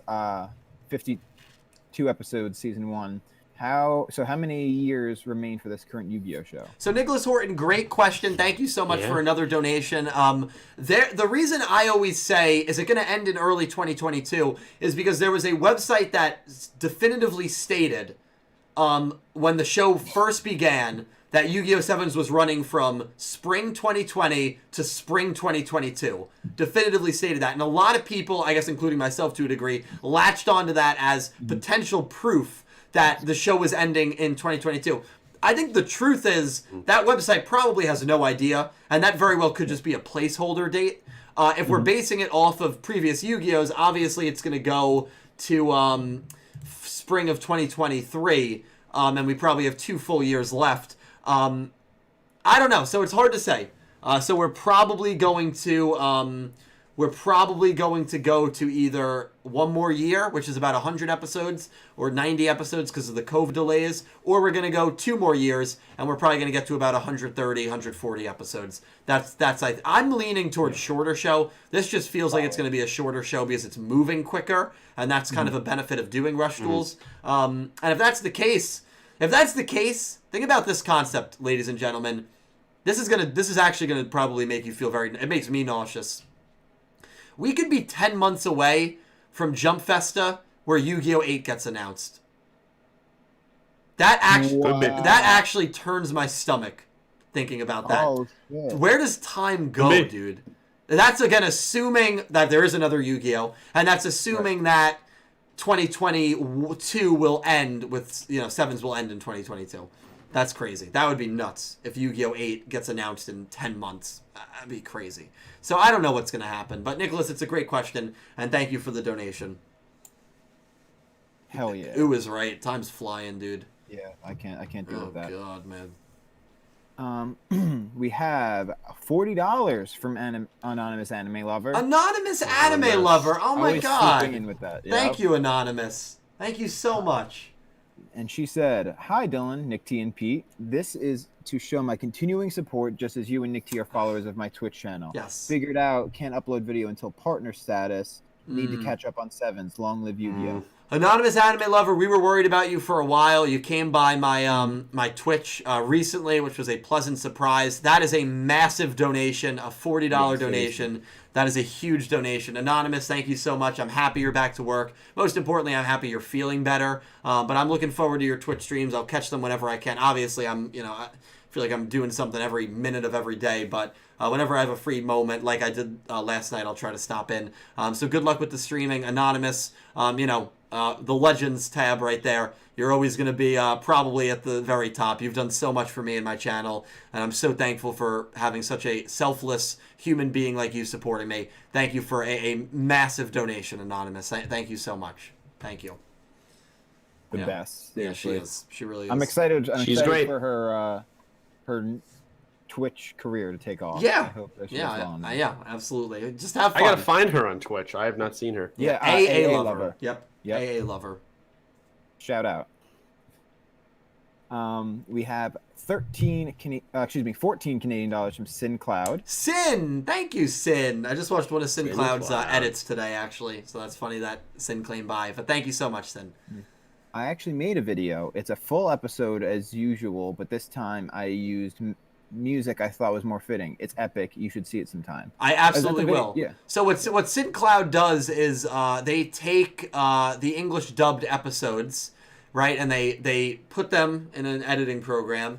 They remove the music from the English dub, and they add in either the original OST that plays during those scenes in the Japanese version, or in this case, I guess, custom music or unique music. And it's really fascinating to hear how an English dub would sound with the original soundtrack. And Sin does full episodes. I watched a full episode today that they posted on Vimeo. Obviously, you cannot get away with that on YouTube. Right. Get taken down. So, Sin, I will definitely check that out. And that is a very generous donation. Sin, an Egyptian god tier patron, has been for long time. Like almost 20 months in total Forever. at this point. Yeah, so thank you for, again, you and Anonymous Anime Lover, you guys, there's so many of you who have done so much for me, Sin, you're one of those people. So thank you so much, and I will definitely check that out very soon. I have to check that. That sounds awesome. Yeah, it's really cool. It's really cool stuff. I definitely I'll send you the link. It's really cool stuff. We have another 5 Brazilian real from Caio Cesar Campos. Thank you, Caio. Thank you, Caio. Thank you. Tiger and Dismantle Guy. I ship them somehow and need a spin-off. Yu-Gi-Oh! 6s where we get Tiger's Pass with the Goha 6 cast. If they announced Yu-Gi-Oh! 8 and like a 16-year-old Tiger was the main protagonist, I would be so hyped. I'd be so Honestly, hyped. she has main character. I'll be down. She could definitely do it. She has main character potential. If there was any character that was going to be a girl protagonist, she for me just fits the billing perfectly. Yeah, she's great. So I would, and then like she could have like a nerdy best friend. Like I feel like it would just write itself. But she could also. You could also have the shows cross over because her brother in Rook would probably be there at some point, right? Of course. And so that'd be a way to like connect those two parts. Absolutely, yeah. So and that'll be very interesting to keep an eye. If there is a Yu-Gi-Oh! 8, is it in the Yu-Gi-Oh! 7's universe just years down the road? I don't know. I hope it is. Yeah. I really hope it is. I hope it's like what GX did. But we'll have to see about that. But Caio, thank you for another donation. I'm gonna let Nick T keep reading them. Cool. We've had so many donations. Thank you guys. I have to Yeah, get how many another. do we have? 1, 2, 3, 4, 5, 6 left. I have to get another water. 7. So keep reading them, You and got I'll it. be back in 60 seconds. Read 'em, bro. Thank you guys so much. Great. Let me just paste this one. Oh, didn't mean to do This is that. where we take over the show, Nick T. That's it. We can say whatever we want and not be censored by Dylan. Whatever we Actually, want. it's funny though because this next one actually specifically it addresses you and I, Pete. So this is $5 from cool. Kai Waters. Nick, what game is winning in the polls? And Pete, I can't stop looking at that shelf. LOL, where'd you get it? So for me, This. yeah, you enter the shelf. No, go. You go. Go ahead. So in the whole game, I think you're talking about my Twitch channel, I imagine. The whole game recommendations thing or game request isn't necessarily like a poll so much as to sort of gauge interest. So like no specific game is really like winning.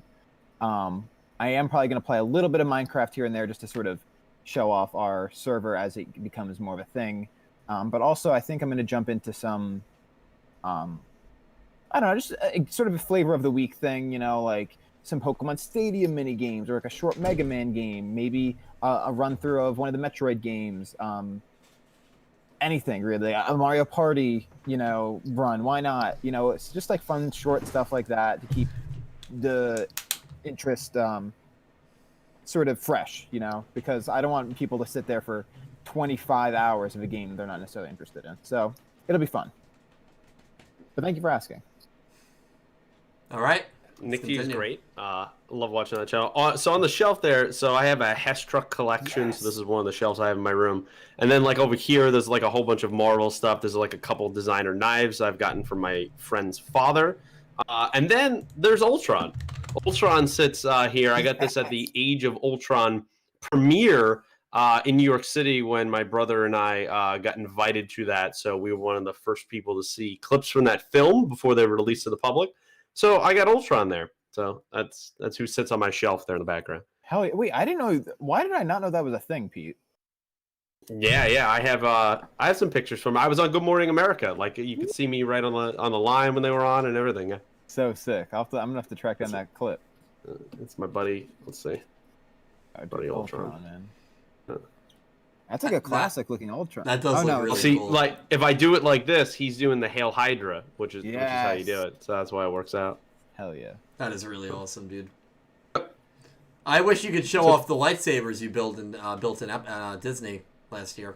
I mean, it's over there. I don't know if you want me to get off camera. Yeah. But... Yeah, get it, dude. Get it. All right. So we took a trip, me, Pete, also my friends, a few of you know them from Twitch, John, Joe, and Brian. And we went to Disney at the end of 2019, so about 15 months ago. Great time right before COVID really shut everything down. And Pete built a lightsaber. You can build a lightsaber in Hollywood Studios, formerly known as MGMT, and so that's what Pete's getting right now. It's like a legitimate saber, Nick T. Like this thing was crazy. Yeah. Oh no, I know the ones you build, and like there's also like the legacy ones that you don't build but are like artisan quality. Like, dude, that shit's crazy. Yeah, it is. Over in Disney. It is. And Pete was trying to convince me to do it the whole trip, but I didn't. Wow. Yeah, it was pretty expensive from what I remembered, but after seeing his and like seeing that it's like legitimate, like that was definitely a mistake. While Pete's grabbing it, do you want to do another donation, Nick T? Yeah. Let me give 1 sec. Sorry. No, you're fine, dude. Oh God. And yeah, thank you guys all so much for being here tonight. Really appreciate it. Did I miss? Did I miss? No. Okay, I just missed Caesars. All right. Oh wait, hold on. There it is. Here it is. There it is. Dude, that is massive. That is he dropped it. He dropped it. No, I'm kidding. Did not. Yeah, so it's kind of hard to have. It's kind of hard to have on screen in this area. Yeah, that's fine. That's fine.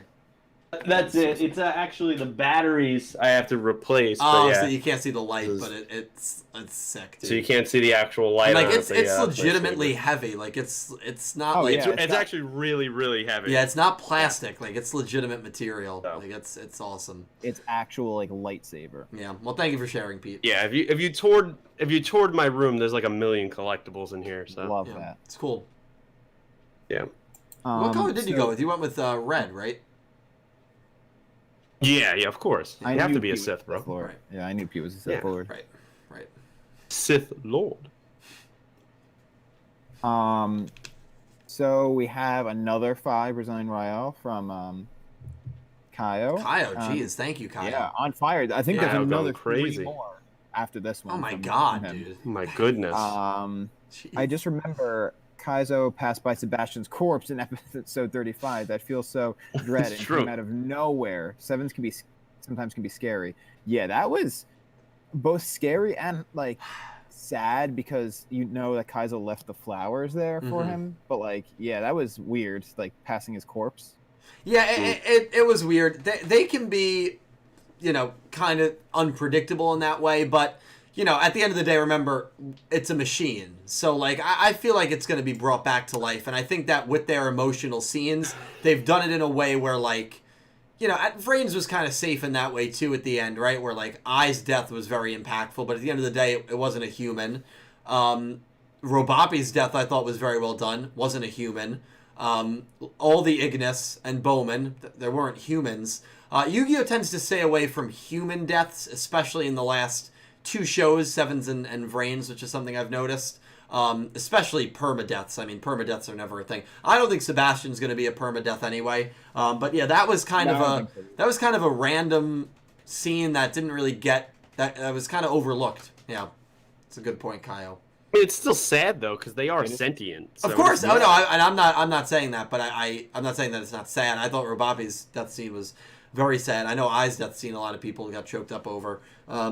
But I think that, you're not going to get a scene. I don't know. It would have been more eerie to me if it was like them passing like a cemetery of a character that had died, and they left like a rose on the grave, rather than a massage chair. But I still get what you're saying, Kyle. Yeah, definitely.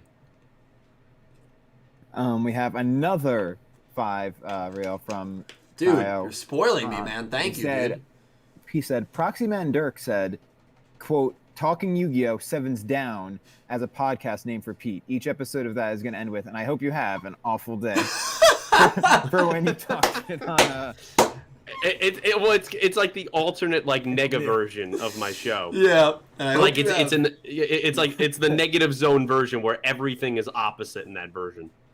That is incredible. I love that idea. Yeah, Pete's gonna do that. I think there was a Twilight Zone episode, I'm pretty sure, about that, where they went to like a world or something where everything was just negative but the same thing. Remember, when Rook loses, Pete's gonna be doing that, so that's gonna be a reality. Yeah, exactly. So you better be careful. It's gonna come true like 2 weeks from now. Yeah, jeez, oh boy. Next Wednesday night. Can't wait. Real quick, Drone President wants me to ask you what your Sith name is. Do you have one? I don't know. I would have to think about that. Think about it. Get back to us on it. All right, it's got to be Darth something. Give me some suggestions. Oh dang, that's I don't know.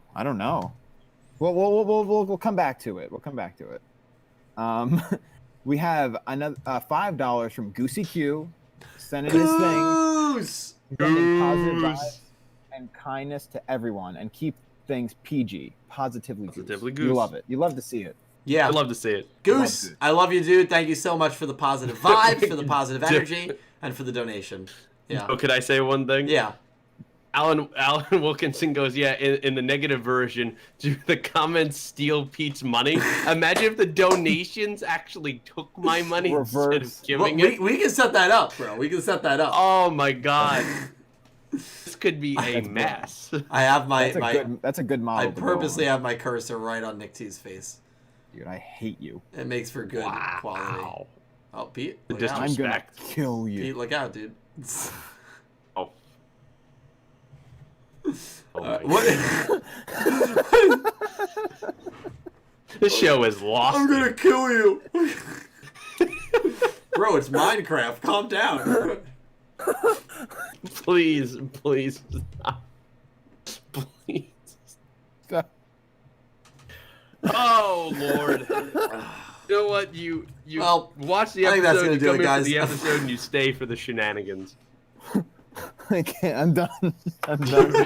You really do. Oh, that is good. Holy shit, dude. Enjoy the decline, baby. No, please. Jesus. We have another $5 from XLayer64. Would you rather have the opening change like the way Pokemon's been doing with their openings, like changing their singer and visuals overall?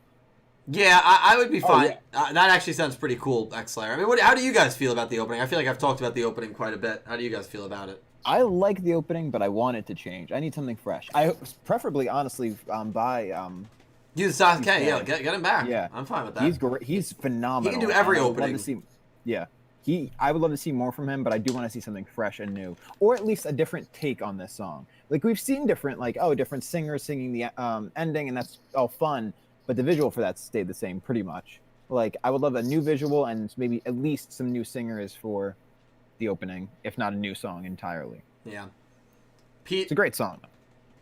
Yeah, I mean, this song has actually really grown on me since we first heard it really before the show started. I am not really tired of it. They do a great job updating the visuals, and yeah, when and if we get another opening, awesome. But for now, I don't really have a problem with it, honestly. That's fair. So it's not really a priority for you personally to see that. No, change. I have more priority of just getting some maybe a little more serious tones or plot-heavy episodes, but also just finding out what Otis and Roa are doing, like we said earlier. Like I want to see that. It'd be nice to see a little bit more Roman or Tiger. You know, that's more on my my top list over the opening. That's fair. That's fair. X-Slayer, thank you for the donation, my man. Thank you, dude. All right, we have 10 Australian dollars from Electric Kevin. Feel like Roman hasn't done much of recent. If this keeps up, I may have to take back what I said about Yu-Gi-Oh! Finally having a better female lead than Pokemon, who's been getting great episodes of recent. Yeah, thank you, Kevin. I can't make any comparison because I haven't watched Pokemon, but yeah, thank you so much for the donation. Yeah, she's only dueled once this arc. She lost. She definitely needs a win soon, I think, again. But, you know, we'll see. I'm surprised that she has not gotten another duel this arc. Yeah, she needs it. She definitely needs another win, yeah. So we'll see when it happens. Hopefully. If it happens. If and when, hopefully. If and when. But thank you, Kevin. We have another two Brazilian Real from Caio. The timeline of Yu-Gi-Oh! Everything. Beginning of the end. That's a great name. That's what the name's going to be. Caio, thank you for another donation, dude. And I like that. Great name, Caio. We're doing that. If everything is just a downward spiral for the channel from there. Exactly, dude. We have $5 from Davis Enos. Wow. The homie. I want Sevens to end with Yusaku somehow showing up and telling the team to come with him to go into the brains. And that's how we get Yu-Gi-Oh! 8. Please. That's how we get Yu-Gi-Oh! 8. And the final shot is Soul Burner, so eyes. Caliber's got to get that tattoo. Yeah, and he'll get it. Again, Vrains is the easiest show to link to anything because of the whole Link Vrains concept. Davis, I would absolutely love it. I think it would be hilarious. I don't think it's going to happen, but I think it would be hilarious. Yeah. Thank you for the donation. Davis, I hope that comes true, dude. We have 5 Brazilian Real from Caio. That's strange. Giant rat, when destroyed, should bring an earth monster, but there's Dylan with a water bottle. Summons Mother Grizzly next time. So I put Giant Rat in the old chair when I left as a filler. Giant Rat's effect does allow it to summon another dark-type monster with less 1,500 or less attack. But it summoned me with a water bottle, so, we're kind of in the Twilight Zone. What a here. disappointment. Yeah. I'm just going to say Next, thank you. Next donation. thank you, Kyle. We have $5 more from 15. Said, I just finished episode 14 of Yu-Gi-Oh! Sevens. I'm far behind on purpose, though. He's only making this last. Yeah, 15. You're going to catch up, bro. 15. We're going to be doing episode 40's thing. And honestly, you're gonna get that. You're gonna be caught up. We do have a donation via Streamlabs, actually, via the link. Thank you for using the link because I do get a little bit more of a percentage from the link. YouTube takes a much higher percentage from super chats, but again, whatever way if you choose to donate, whatever way you're comfortable is fine. Mega Karibo, I'll read it right now because we actually did miss it. Thank you for the $5 donation to kick this stream off. Hey guys, hope you're having a great day. I hate to be negative, but I really did not like this episode, and this arc is starting to disappoint me. I know it's for kids, but I wish it would take itself more seriously. Tiger is great, though. Yeah, I feel like that's kind of where we are. I mean, I've already commented that for me, this arc kind of went from like an 8, 8.5 down to a 7 right now with the last 3 episodes. Tiger Duel was great, but I mean, personally, I don't know. I still think that it's okay. I still think that the duel between Yuga Asana is going to be great, and even the last episode, I feel like I was higher on it than most people were. It made me laugh. It was funny, and I don't really mind it not taking itself extremely seriously all the time.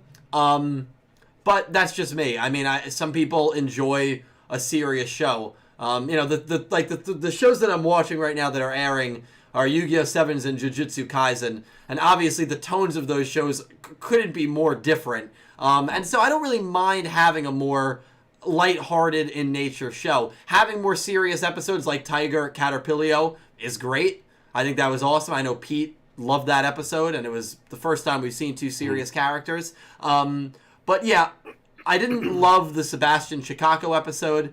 And this last episode, for the plot, I felt didn't really do anything. So I do agree with that. And it's really just if the humor doesn't land, if the humor did not land in this last episode, you probably hated the episode, which, and humor is very subjective.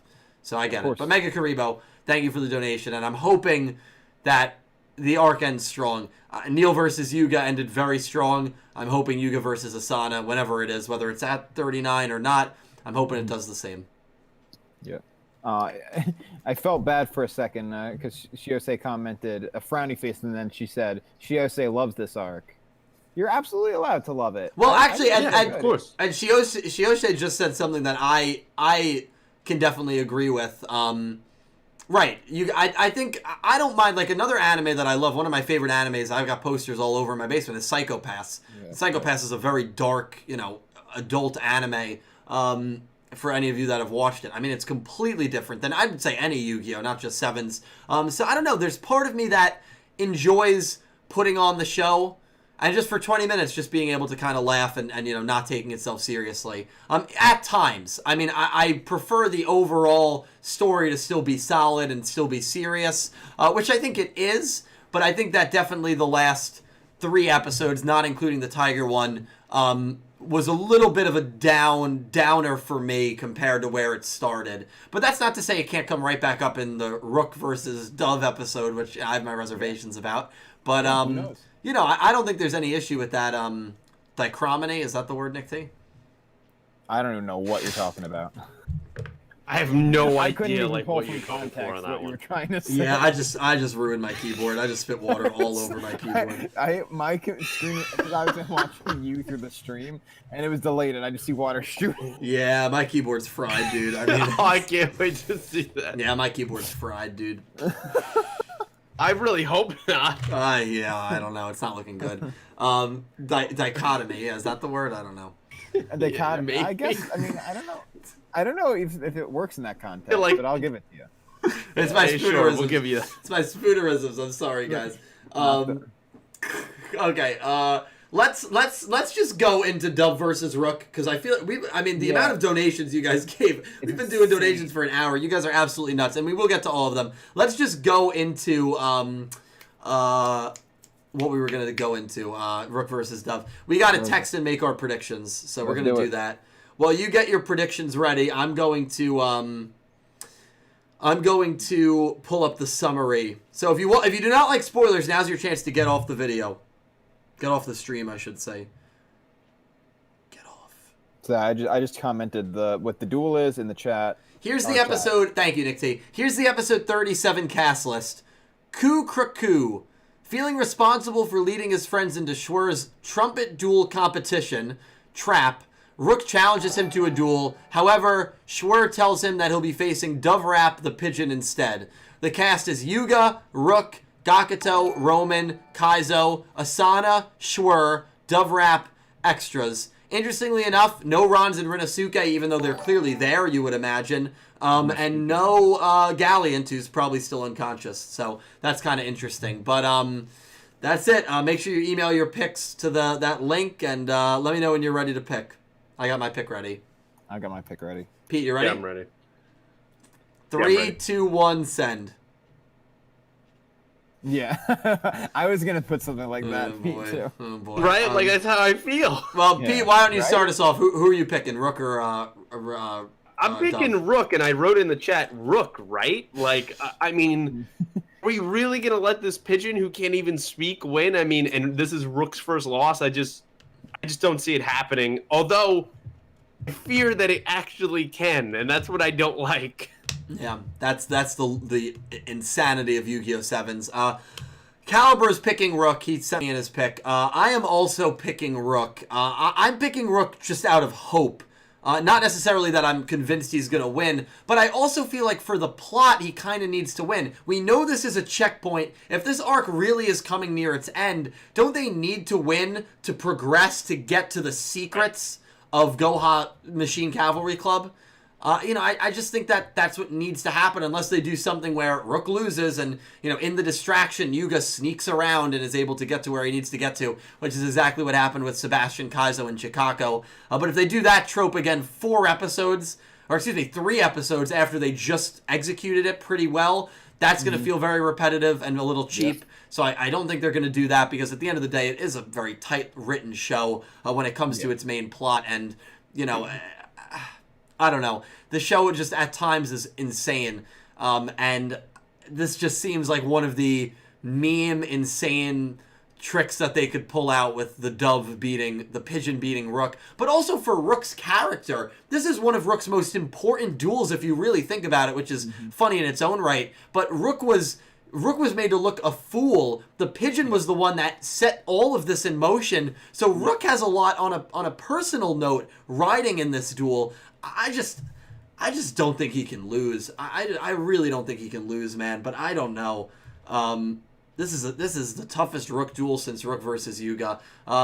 Nick T, who are you picking? I mean, of course, Rook. I mean, what you said specifically, towards the end of your reasoning, was exactly what I was going to say.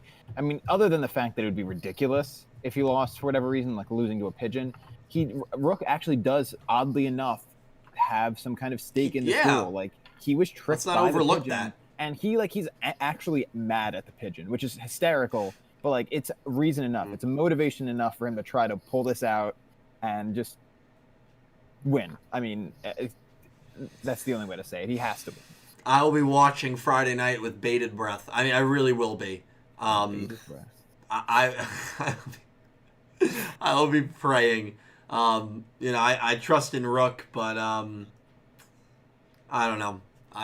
But so we're all going with Rook. I'll go on, Rook. It's unanimous. Make sure you submit your pick to Yu-Gi-Oh! Pick'em. If you're late, we're not counting the pick between last week, Ranze and Rinnosuke. If we don't know exactly who is dueling, we all figured it was going to be Yugioh versus Ron, so that's how a lot of us picked. If we don't know exactly who is dueling, we're just not going to pick the duel. We're going to skip them going forward, so it's going to be a push for the last week's episode. I will not be live streaming, but Chiose does live stream, so Chiose will be live streaming. I'll probably live stream the finale. If we get Yugioh versus Asana 38 and 39, I'll probably live stream the finale. Again, I'm going to live stream react to like the really big episodes or episodes that I feel are very important. But I definitely will not be this Friday. So definitely check out Chiose because she goes live every Friday. And she's great. Hell yeah. Yeah, so that's pretty much it on our picks there. No thoughts on 38 because we don't have anything on 38. Yeah. I guess we'll just kind of finish up the donations, but make sure you get your picks in. And let's pray to God that Rook pulls it out for all of us. Davis said something funny about that. He said, "I want to see the pigeon win and stand over Rook's body purring." Yeah, well, actually, I can see it happening. That's what aggravates me. That's a scary thought, couldn't it? I know. So to get back onto the donos, we have $8 from Devontae. No comment. I'll be right back. All right, no problem, Pete. Devontae, thank you. Thank you so much for the donation. I hope you're doing well. I always feel bad when you guys don't write comments. But thank you so much for the support. I hope you're having a great night, man. Thank you, Devontae. I wonder if that's Odd Eyes Vaughn, because I know that's the same. Oh, maybe. It could be. If it is, dude, I hope you've been well. And if it's not, I still hope you're doing well. Thank you for the donation. We have another 5 Brazilian Real from Kaio. Kaio, dude, Jesus Christ, man. Thank you. He said, Roa Kirishima, the user, said, I'm still cleaning the leftover curry. And I say, Otis is busy making Yu-Gi-Oh! 7's opening 2 with Seto Kaiba as main villain. Let's go! Kaio, dude, I love that theory. Seto Kaiba, main villain. I mean, it's such an overhyped theory here on Yu-Gi-Oh! Everything. Well, hey, let's keep it going. Has no chance to happen, but, it's one of my favorites. Come on, bro. Come on, believe in the theory, bro. Believe in the theory. Dude. Kaio, thank you for another donation, dude. I really do appreciate it. You were way too kind to me this stream. Thank you so much, my man. And yeah, Roa is still cleaning up the leftover curry. Roa will be... I think, here's my prediction. Roa will have a major role to play in the next arc. That's my prediction. Yeah. Roa will be back in a big way in the next arc. We're getting Dynamic Eternal live, which sounds like a Roa pack. This arc very well could be ending after episode 39. Roa will have a major role to play in the next arc. I really do believe that. I hope so. I hope so. Yeah, maybe that's more of a hope than a belief, but that's my prediction right now. So we have $20 from X-Slayer. X-Slayer, Jesus Christ, man. Right? Thank you so much, X-Slayer. I'm betting right now that the Goha drone, who might control Otis, will duel against Yuga, Asana, Neil, and Roa.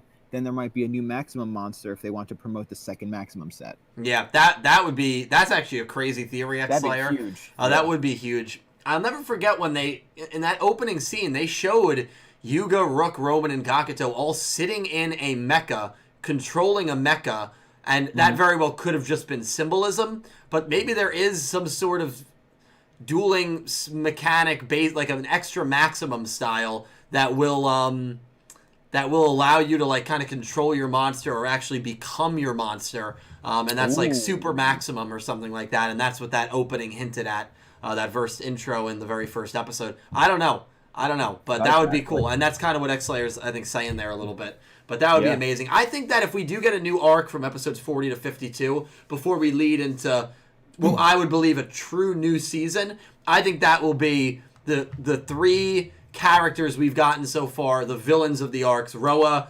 Neil, and Asana, all working with Yuga and all attacking Goha Corporation, and that will be your 40 to 52.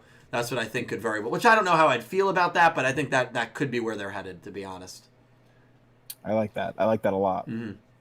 X-Slayer, thank you for a massive donation. $20, dude. Thank you. And for everything you do, X-Slayer. Thank you so much. I really do appreciate it. Can't understate it, man. Thank you. So we have $2 from Davis Enos. Thank you, Davis.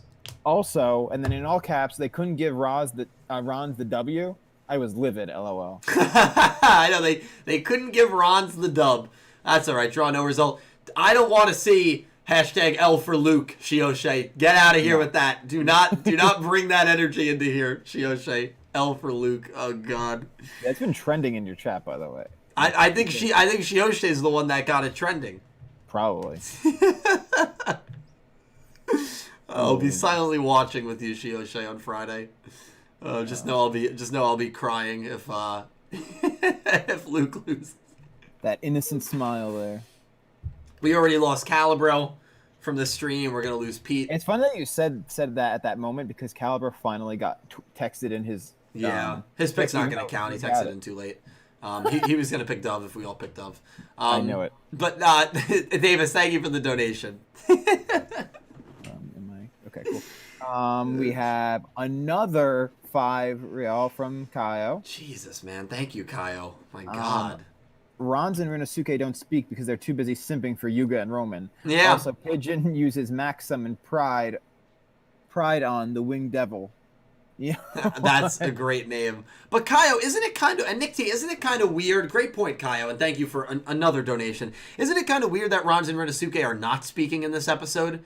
No, it is weird. They were such big, they're still in the area. They were such big factors in the episode that just happened. You would think they would at least have a line of dialogue or comment on the duel. So it's very weird to me. And even if they're removed from the area, you think they would say something to like protest that. So like the fact that they're not speaking in this episode is they're just going to be standing there not saying anything. That's bizarre. I almost think that might be an error on the cast list, to be honest. Like I feel like it has to be. Like maybe they're going to have a 1 or 2 lines. Like, and the cast list does make errors. It's not often, but it makes errors. They're not even going to gasp. Like they're not going to do anything. Yeah, I don't know. That's just that's going to feel weird. That's going to feel weird. I agree. Especially there were such big parts of this episode, so that's a weird one. Yeah, imagine being like, the main focal point of the previous episode, which they were. The next, you're just like they're there, but they just don't say anything. Yeah, weird. That almost kind of kills even the momentum of their characters, I think, too, a little bit. Because I think having them comment or expanding on their viewpoints even for like a one-off comedic moment, I think keep the momentum you were trying to establish in this episode with them. So just kind of having them there, that's kind of weird. But there was one where Neil talked when it said he didn't. So, there have been errors with the castles before. This could just be an error. I hope that is the case. Yeah. And then we have as of now, our last dono for the night. X-Slayer with $5. X-Slayer, thank you, dude. Jesus. Imagine that the next main villain group will be a band rival against Roa Roman. That would be sick. That would be great. Very much my speed. See, that would be amazing because then you have a reason to have Roa in. And, like, I think a lot of people liked Omaino Ushido, and I think a decent amount of people liked Geta as well. I like Geta. And you could expand on the dynamic between Roa and Roman. I still feel like there's leftover tension there from what happened in the first arc, especially as Roman is kind of growing. And, let's not forget that Roa wasn't really the kindest to his cousin. So like, there's still a lot that you can play into that dynamic, and I think actually X-Slayer, that is a great way. Dynamic Eternal Live. That sounds like it's going to be a musical thing, a band thing. Let's have a rival band to Roa Roman. But what's the perspective there? They want to destroy Rush Duels. That feels very repetitive, right? It has to be something else. Yeah, we're reaching a point, though, where, like, I'm worried that every 13 episodes we're just going to get a new group, and they're going to want to destroy Rush Duels, and it's already starting to feel like it could potentially get old quick. I think we need a new faction or villain group that's going to either last longer or is going to come from a different perspective. Because Roa's perspective was different. He wanted to monetize Rush Duels, right? He wanted to make them his own, to get rich and monetize them. Nail and Asana's very similar. If the third evil faction that we get next has the same motives as Nail and Asana, just to destroy Rush Duels or to eliminate Rush Duels, it's gonna feel very repetitive. So that I hope they avoid that.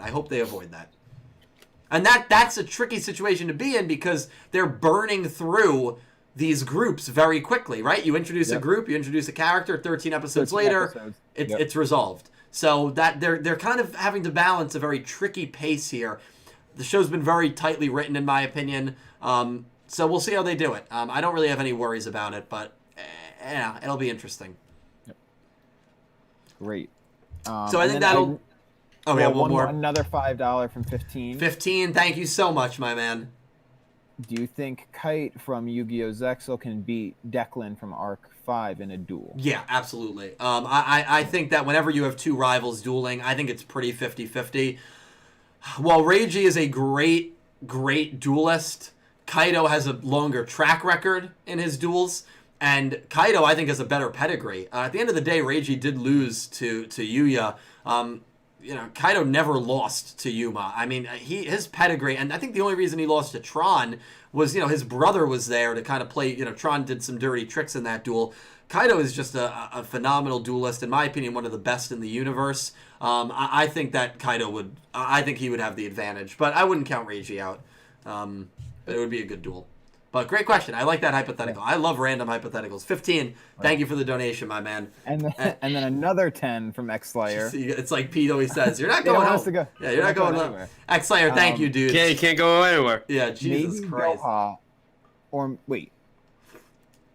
Hold on. Maybe Goha. Maybe say Goha will give a new deal to the rival band, but instead of Rush Duel, they insist on going after Yuga or Otis.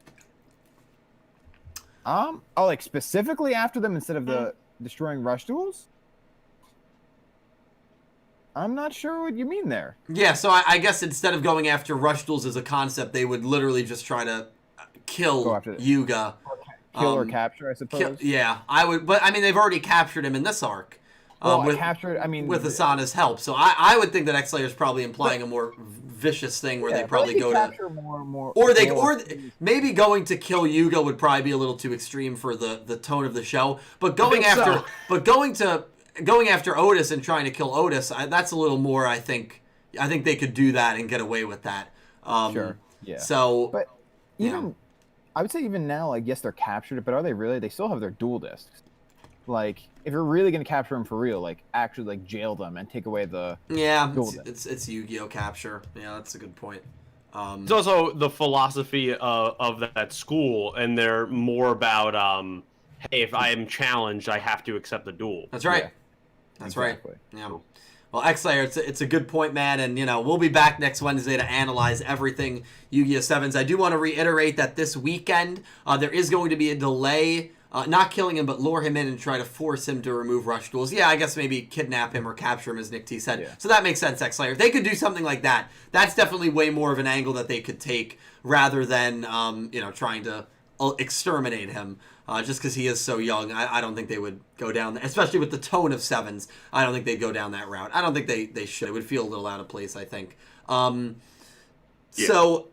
just to what I was saying, Shioshe, and Entame, Shioshe's manager, who subs the episodes, her birthday is this weekend. The subs are going to be a little delayed. We're going to be about 48 hours, I would imagine, after probably a Monday or Tuesday release. Even if it takes longer than that, it really doesn't matter. The team does it for free. They do it on such a consistent basis every single week. So, take as much time as you need. I speak for every sane individual in the Yu-Gi-Oh! Community when I say that, and I know I speak for the entire team here. This would not be possible without Entame and the amazing team that she has, and I truly do mean that. So, thank you for all the work you do. Please enjoy your birthday weekend, and whenever you get to subbing, you get to subbing, but do not put any pressure on yourself. Just have a fun birthday weekend. That's going to pretty much wrap things up here. This was a great stream. The amount of donations and the comments from you guys were insane. Actually insane tonight. You guys were amazing. So thank Kaio, X-Slayer, and Anonymous, who went, you guys went insane. So all of you did. So thank you so much. I stream over on Twitch. I'm pretty active on Twitch. I stream probably like 4 or 5 nights a week now. We're doing some crazy stuff on Twitch, so please follow me over there. You guys have been incredibly supportive of my Twitch journey. Nick T and Pete are going to promote their stuff as well. You guys are all amazing. Follow these guys. All of their stuff is in the description, as well as Calibro's, who hopefully will make his return soon. I don't know when that's going to happen, but let Nick T and Pete give their promos, and we're going to wrap things up. So love you all. Follow them down below. Nick T, floor is yours, then we'll go to Pete. All right. So the whole spiel. So I play in a hardcore band called Mom Fight, hence my Twitch name, Nick Fights Moms. We have music all over the internet, bandcamp.com, momfight.bandcamp.com, where you can stream all of our stuff or buy it. It's on Spotify, Apple Music, etc. We're in the midst of writing a full length, and hopefully that'll be out for you guys soon. I also play solo music as the name Nameling. I've just released a record a month ago now, just about a month ago, where you can stream literally everywhere. I'm going to drop the link for there because it's not in the description, but you can stream or buy that anywhere. So do that for me. I'm trying to get... actually, the song Magic 8 Ball has made to 3,000 streams on Spotify, which is pretty big for me. Trying to get New Year's Eve up there. We're at like 700 right now. So all you Spotify users, please stream that song as much as you can. I also stream on Twitch on Sunday and Monday nights, typically. Sometimes an extra night during the week. I played Minecraft a couple nights ago. I'll probably be doing some, Pokemon Stadium mini games, some short games as we continue on. Mega Man, Mario Party, you name it. We're just gonna be playing a whole bunch of short games and having a good time with it. So, my, twitch.tv/NickFightsMoms. Check it out. Pete, the floor is yours, my friend. The floor is mine. Okay, I was waiting for Dylan's transition. Sorry. I run a YouTube channel called Clueless Gamers. Right now, currently editing the episode 6 reaction of WandaVision, which, as you can imagine, it's a little more difficult considering we couldn't do it together this week. So the remote part of it, I'm trying to get everyone together, Dylan and I's video together. So look forward to that very soon, hopefully. And the next edition of First and 10, the NFL podcast that my friend Brian and I do on this channel, the final one of the 2020 season, will be up probably, what's today? Wednesday, so probably Friday. Probably Friday will be the next time that will be out. So if you're interested in anything like that, anything NFL, please check that out. I would greatly appreciate it. And follow me on Twitter at PeteVaccaro21. Nick T and Pete, thank you guys as always for being a part of this. You guys are amazing, and I'm so thankful for each of you. So thank you guys so much. Always happy to be here. Yeah, thank you. Seriously, would not be able to do this without them. Hey, look. What? Oh, whoa! All right, you can hear the noise, right? On that note, oh god, I'm gonna get murdered. On that note, I think we're gonna end things. I love each and every one of you. Thank you for making Sevens Up. Without you guys, we would not be able to do Sevens Up. So thank you for joining us every Wednesday night. I hope you guys have a great rest of your Wednesday. I'll be live on Twitch tomorrow with some Minecraft. Friday, dating with Dredge and Dill. That'll be a fun segment. And then maybe Saturday and Sunday with some Duel Links. I'll see some of you guys on Twitch. If not, I'll see you right here again Wednesday night for another episode of Talking Yu-Gi-Oh! Sevens Up. Thank you all so much for watching, and I hope you have an amazing day. Take care, everyone. Amazing day. Peace. You guys.